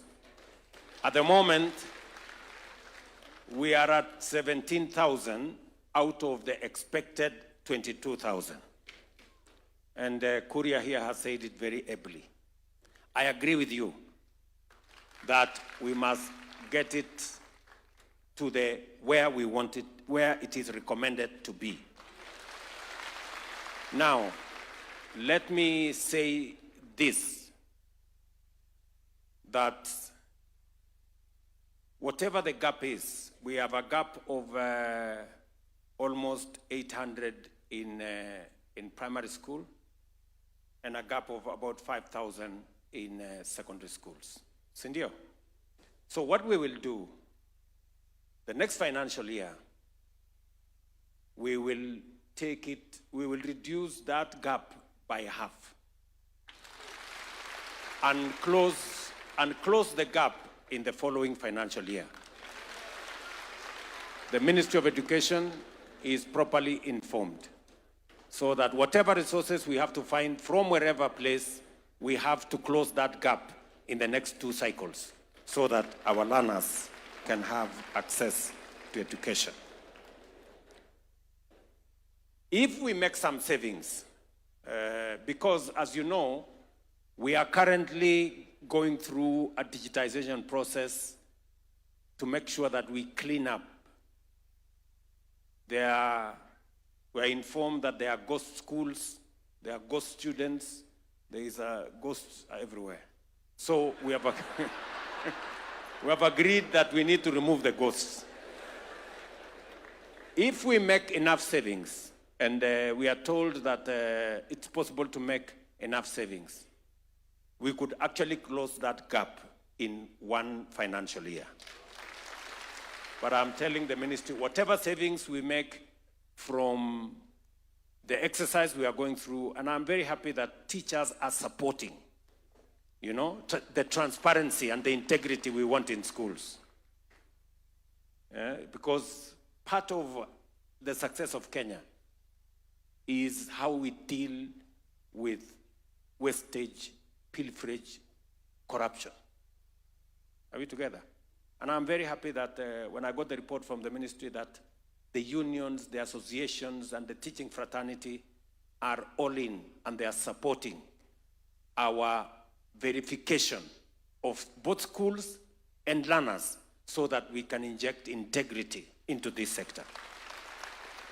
So if we make enough savings, we can close that gap of making sure that we release the 2238 for primary and the 22,000 and something for the secondary schools. I know there is also a request on matters to do with extracurricular activities. I saw it in my notes. So what I have told the ministry is that because beginning January, we will now be implementing the 3 pathways. The students who are in the arts, sports sector will now get capitation directly going to that sector, not as an extracurricular activity, no, but as a proper capitation for those sectors. If there will be any gaps after we implement that, then we will review and see what we can do. And please, TSC be taking the notes and the Ministry of Education so that whatever we agree with these good people, we can implement. On employment of teachers, you have said two things. You have said there are teachers who are 45 years and they haven't been to any class. Sindio? And with a little bit of time passage, they will retire before before they get. They will retire from outside. So, and you have also said we must adopt a first out, first in model that prioritizes long waiting teacher graduates. So from this year, Ministry of Education, from this year, from what we are going to do in December, first out, first in becomes the first out, first in. And if it concerns primary school teachers, where it concerns primary school teachers, we must do an affirmative action. And therefore, I want the ministry, the unions, and the association to sit down and give me, I want to know how many teachers are in this category where they are threatening to grow old before, and give me the financial implication, so that I can have a proper response for you. So if that analysis, Waziri, can be done, working with TSC and working with the teachers, so that we know how many are they. If there are not so many, we can do what Kuria was saying, affirmative, we can do Marshall Plan and get them in so that we can do that. Okay? Sawa sawa. So I want you to give me time to work on the numbers, and we will communicate through the ministry in the next 60 days on what we are going to do, and we can implement this going forward. Career progression, teachers promotion.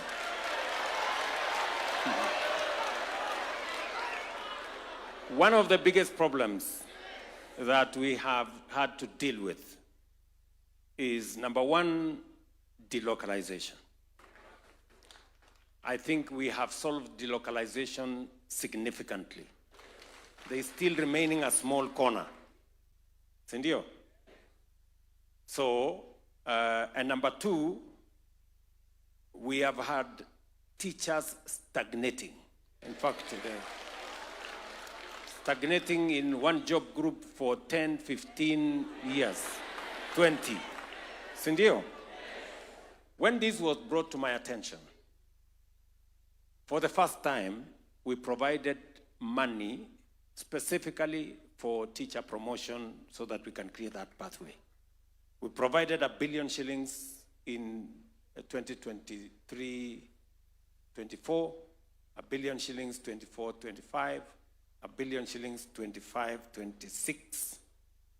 And as a result, as was said by the teachers here, we are promoting an average of 25,000 teachers. Now, for the last so many years, there was a time we promoted almost 38,000 or almost 40,000. I have the statistics from TSC. So far, we have promoted in the last 3 years, teachers have moved up the ladder. 151,000 teachers have moved up at least one ladder. Correct? But you're saying we have 400,000 teachers, almost 500. It will take a while if we go at this rate. So my suggestion is that we will double the resources available for teacher promotion. From next, naelewana? So that instead of promoting 25,000, we will do 50,000. Tunaelewana? Siwache tuanzie hapo. Alafu tukikutana tena next year, tuone mahali imefika, alafu tuone vile tutafanya. So my instructions to the ministry is that we double the money. We have been providing 1 billion shillings.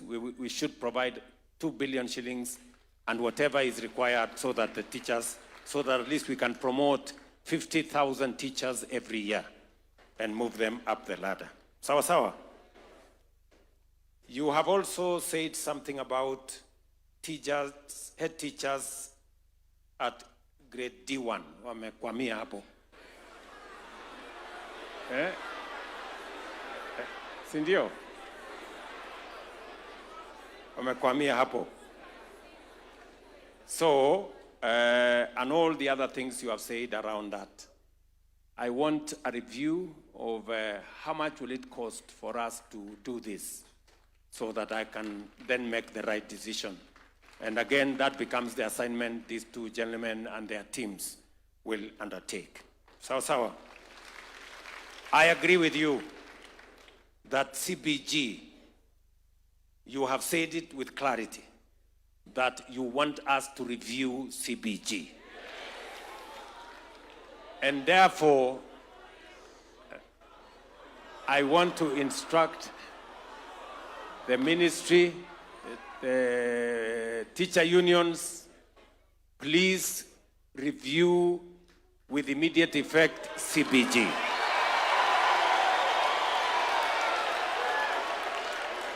And provide a guideline for us, Sindio, so that we eliminate any remaining vestiges of teacher delocalization. We must remove that. Tumekubaliana? So, wangwana, muketi chini, we want that CBG reviewed.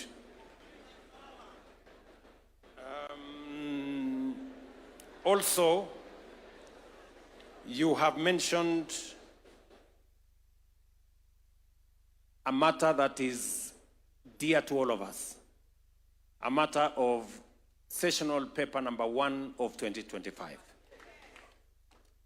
In it is all the review of all the laws that would bring up to speed all the agreements and the reforms that we have agreed upon and that were championed by the Presidential Working Party.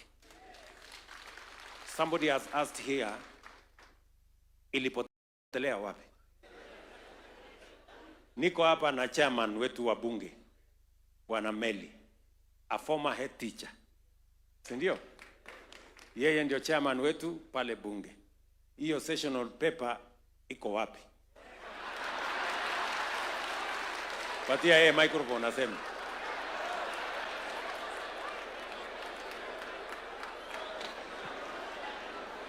Thank you, Your Excellency. The sessional paper is a product from the cabinet and it will be transmitted to Parliament. So we are waiting. So when you transmit, we shall take it up.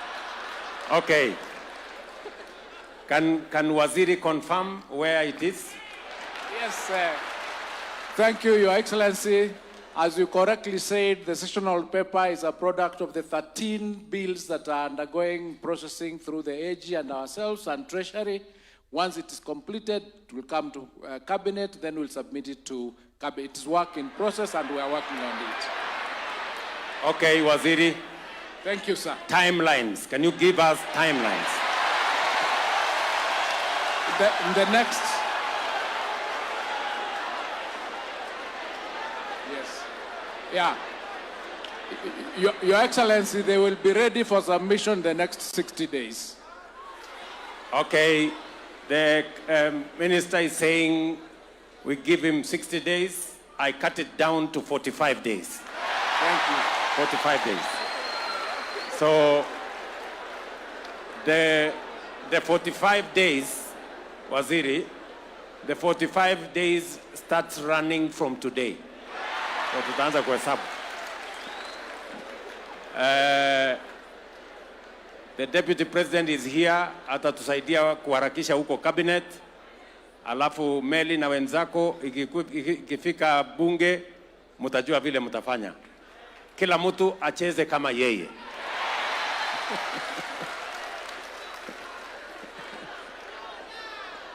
Ama namna gani?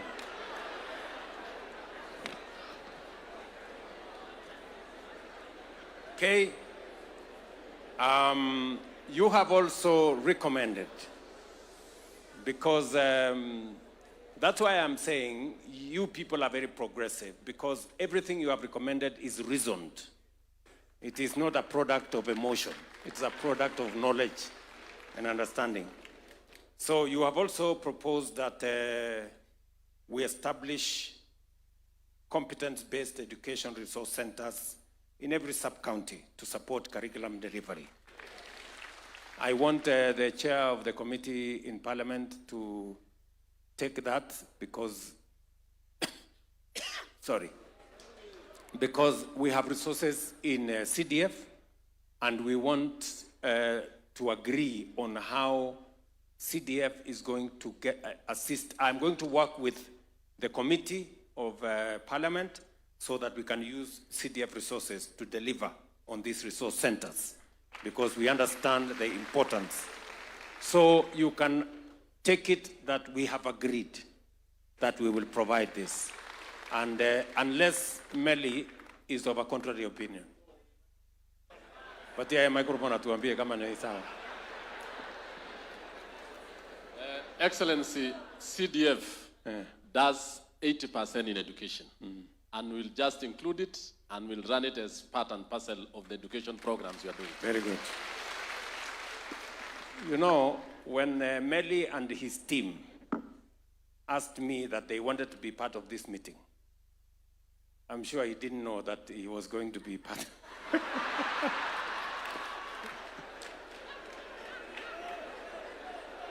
But it is good so that he can help me answer some of the questions. The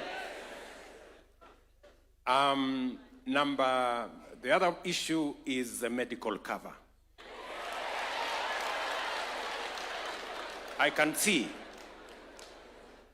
although you have said, I've seen that you have, the request is you want us to continue the medical cover the way it is. I am of a contrary opinion. The medical cover the way it is does not serve teachers. Let's be honest. Let us be honest. And I will give you statistics, right? I want to give you statistics. Mnanisikia? Because I have asked the ministry to work with professionals to tell us and to compare the teachers' medical package, the civil servants' medical package, and also the market, what is available in the market. On outpatient, the ratio is every teacher goes or uses this facility 1.8 times. The industry is 2 times, civil servants is 2.1 times, which means access of inpatient by teachers is lower than civil servants, is also lower than the market. On outpatient, these are numbers. On outpatient, access on inpatient, access under your medical cover is 7%. Access by industry, what is available in the industry, is 12%. And access by civil servants is 14%. Which means teachers access half the time. You know? Mnanielewa? Ukitaka kwenda hospitali unapatiwa story hii, imekuwa sijui nini,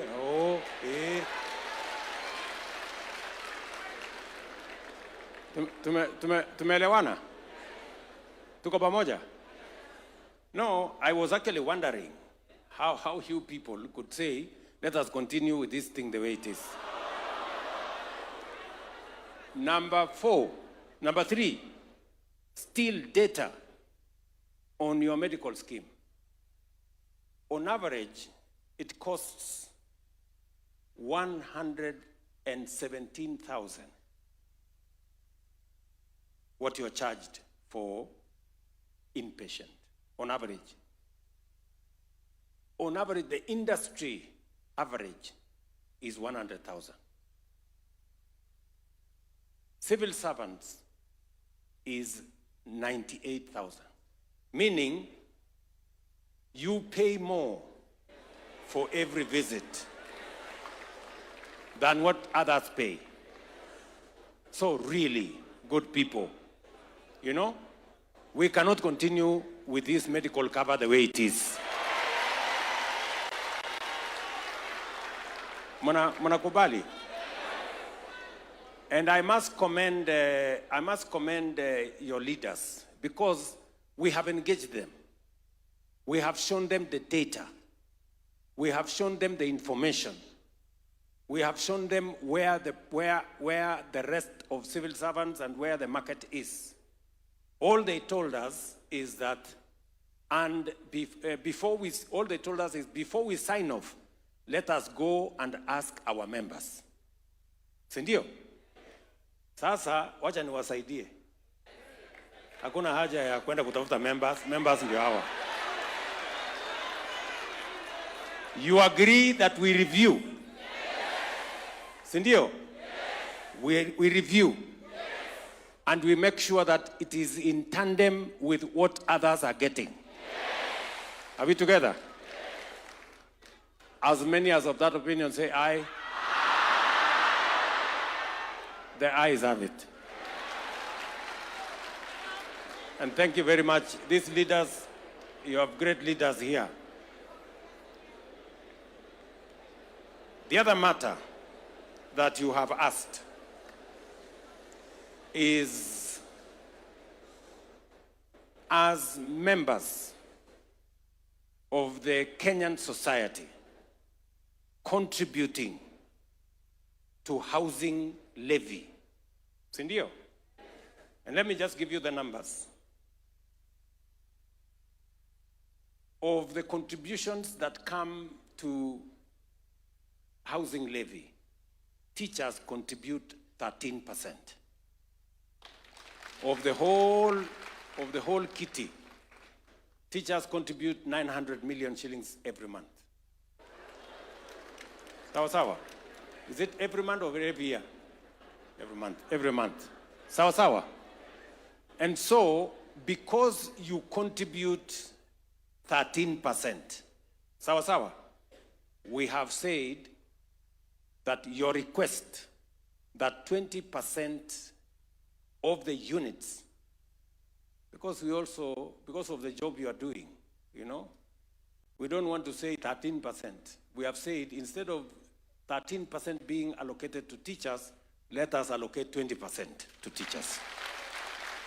So we have agreed to assign 20% to teachers, and the CS housing is here, the PS housing is here, and the desk is here. We are going to sign an MOU between our teachers and the ministry so that we can implement these 20% for teachers. Tumeshakubaliana? Students with special needs. Wametuambia ya kwamba, and I have been to many schools where our children with special needs learn. And I agree that teachers in that space, you know, require special attention. They do. They do. So the two issues they have raised here is that we need to consider, you know, the request they have made. They have asked that we make them 2 grades. Let me approve 1 grade first. Twende hapo kwanza. Alafu, you will tell me the financial implication of the other one. But at least let us give them something. They are doing a good job. these teachers with special needs. Let me also ask the ministry if 20,000 for their guides was agreed on a few years ago. Sit down, review, so that we can see how much can we add. Instead of 20,000, how much does it go to? Within the resources that we can budget.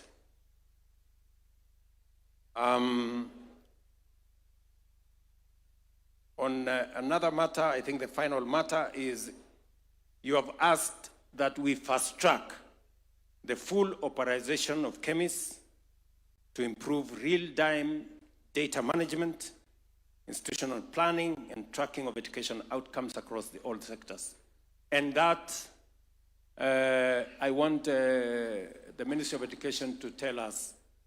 And anyway, they told me when I had a consultation with them yesterday, they said they are going to fast track the rollout of chemists so that we have correct data. Because you know very well, as the teachers here have said, we have schools in our register that says they have one student. How does a school exist with one student? Is that a school really? There must be something wrong. We also have schools, many schools, that have 25 students. How does a school operate with 25 students? And I agree that we said under the Presidential Working Party, we must have a minimum package for a school to operate. And so the ministry, after we have gone through the chemist process, we must then assess which are these schools that have so few students, and how are we going to have a minimum package? If the schools must continue to operate, then we must give them a minimum package for them to operate. And there must be reasons for that. You have recommended a Marshall Plan for the education sector, right? I want to ask you to be generous. Let us not have a Marshall Plan for education only. Let us have a Marshall Plan for Kenya.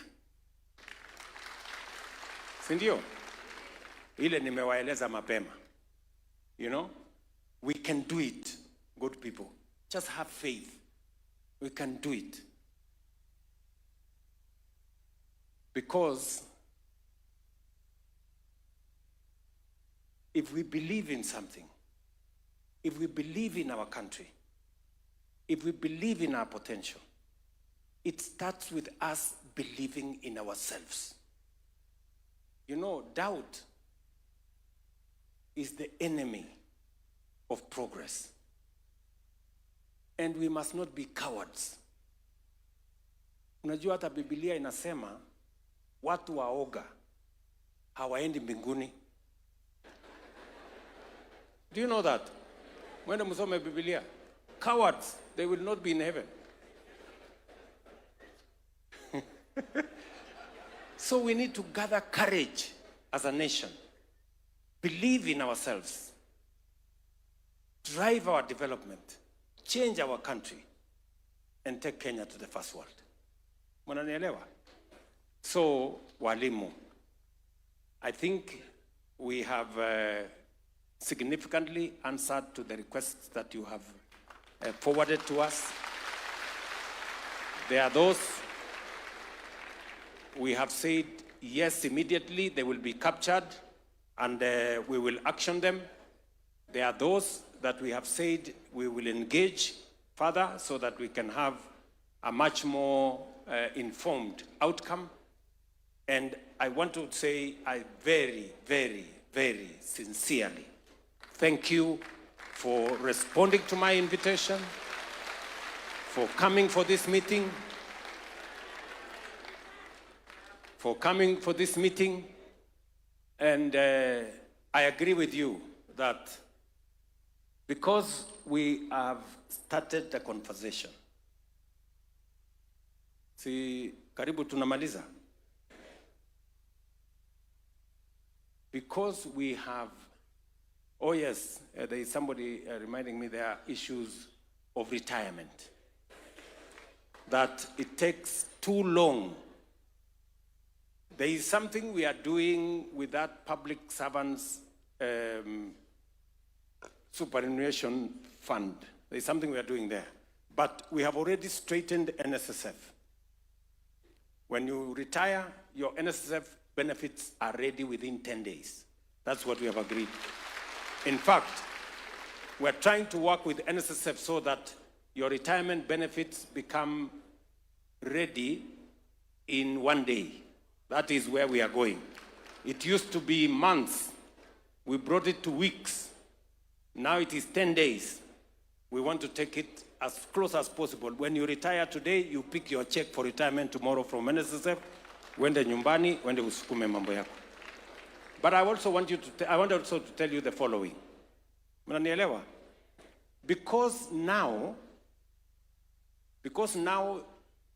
under what we have reformed, the new reforms we have done in NSSF, you are no longer contributing 200 shillings. Now you're contributing 6%. And government is contributing 6% for you. When you retire, you will actually have a very good package. You will earn a monthly. Forget about ile pesa ya kuchukua lump sum alafu inaenda unaoa bibi mwingine unazama. Sasa you will have a proper package, retirement package. A percentage of your salary, which you are going to earn mpaka uende safari ile ya mbali. So that is going to change, and you will be informed how that is going to change. But that does not mean that we don't deal with the issue that you have raised. So, my friends, mimi nawaenzi sana, you know, and I truly appreciate this engagement. It has helped us as a government to align the issues in education. It has given us insights and new ideas on how we can improve education outcomes.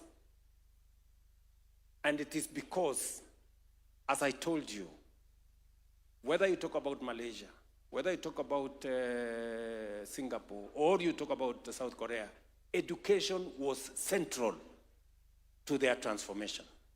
And that is why we are investing time and resources in making sure we get it right in education, because it is the catalyst for us to move into the future. But it is going to take the collective leadership, the collective courage of all of us to be able to move Kenya to the next level. And I am confident that I have your concurrence, that we are going to do this together. Walimu jameni, tumekubaliana tutembee hii safari pamoja?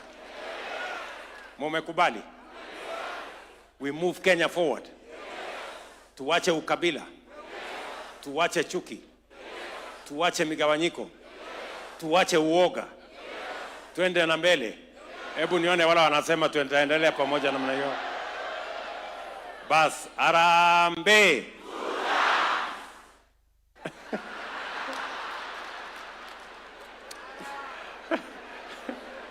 Harambee. Sasa 2 terms ni ya kufunga. Si ndio? Lakini tumekubaliana ile mambo ingine yote. Tafadhali ndugu zangu, really, I am passionately asking you to make this Kenya a reality. Make this new Kenya a reality. Friends, we can do it. We can do it. Tunaelewana? We can do it. Only that we have to be, you know, we have to be consistent, focused, and take the right decisions. not necessarily, you know, populist things that do not get us where we don't want to go. We want to go somewhere, and we have to make the right decisions. So asanteni sana.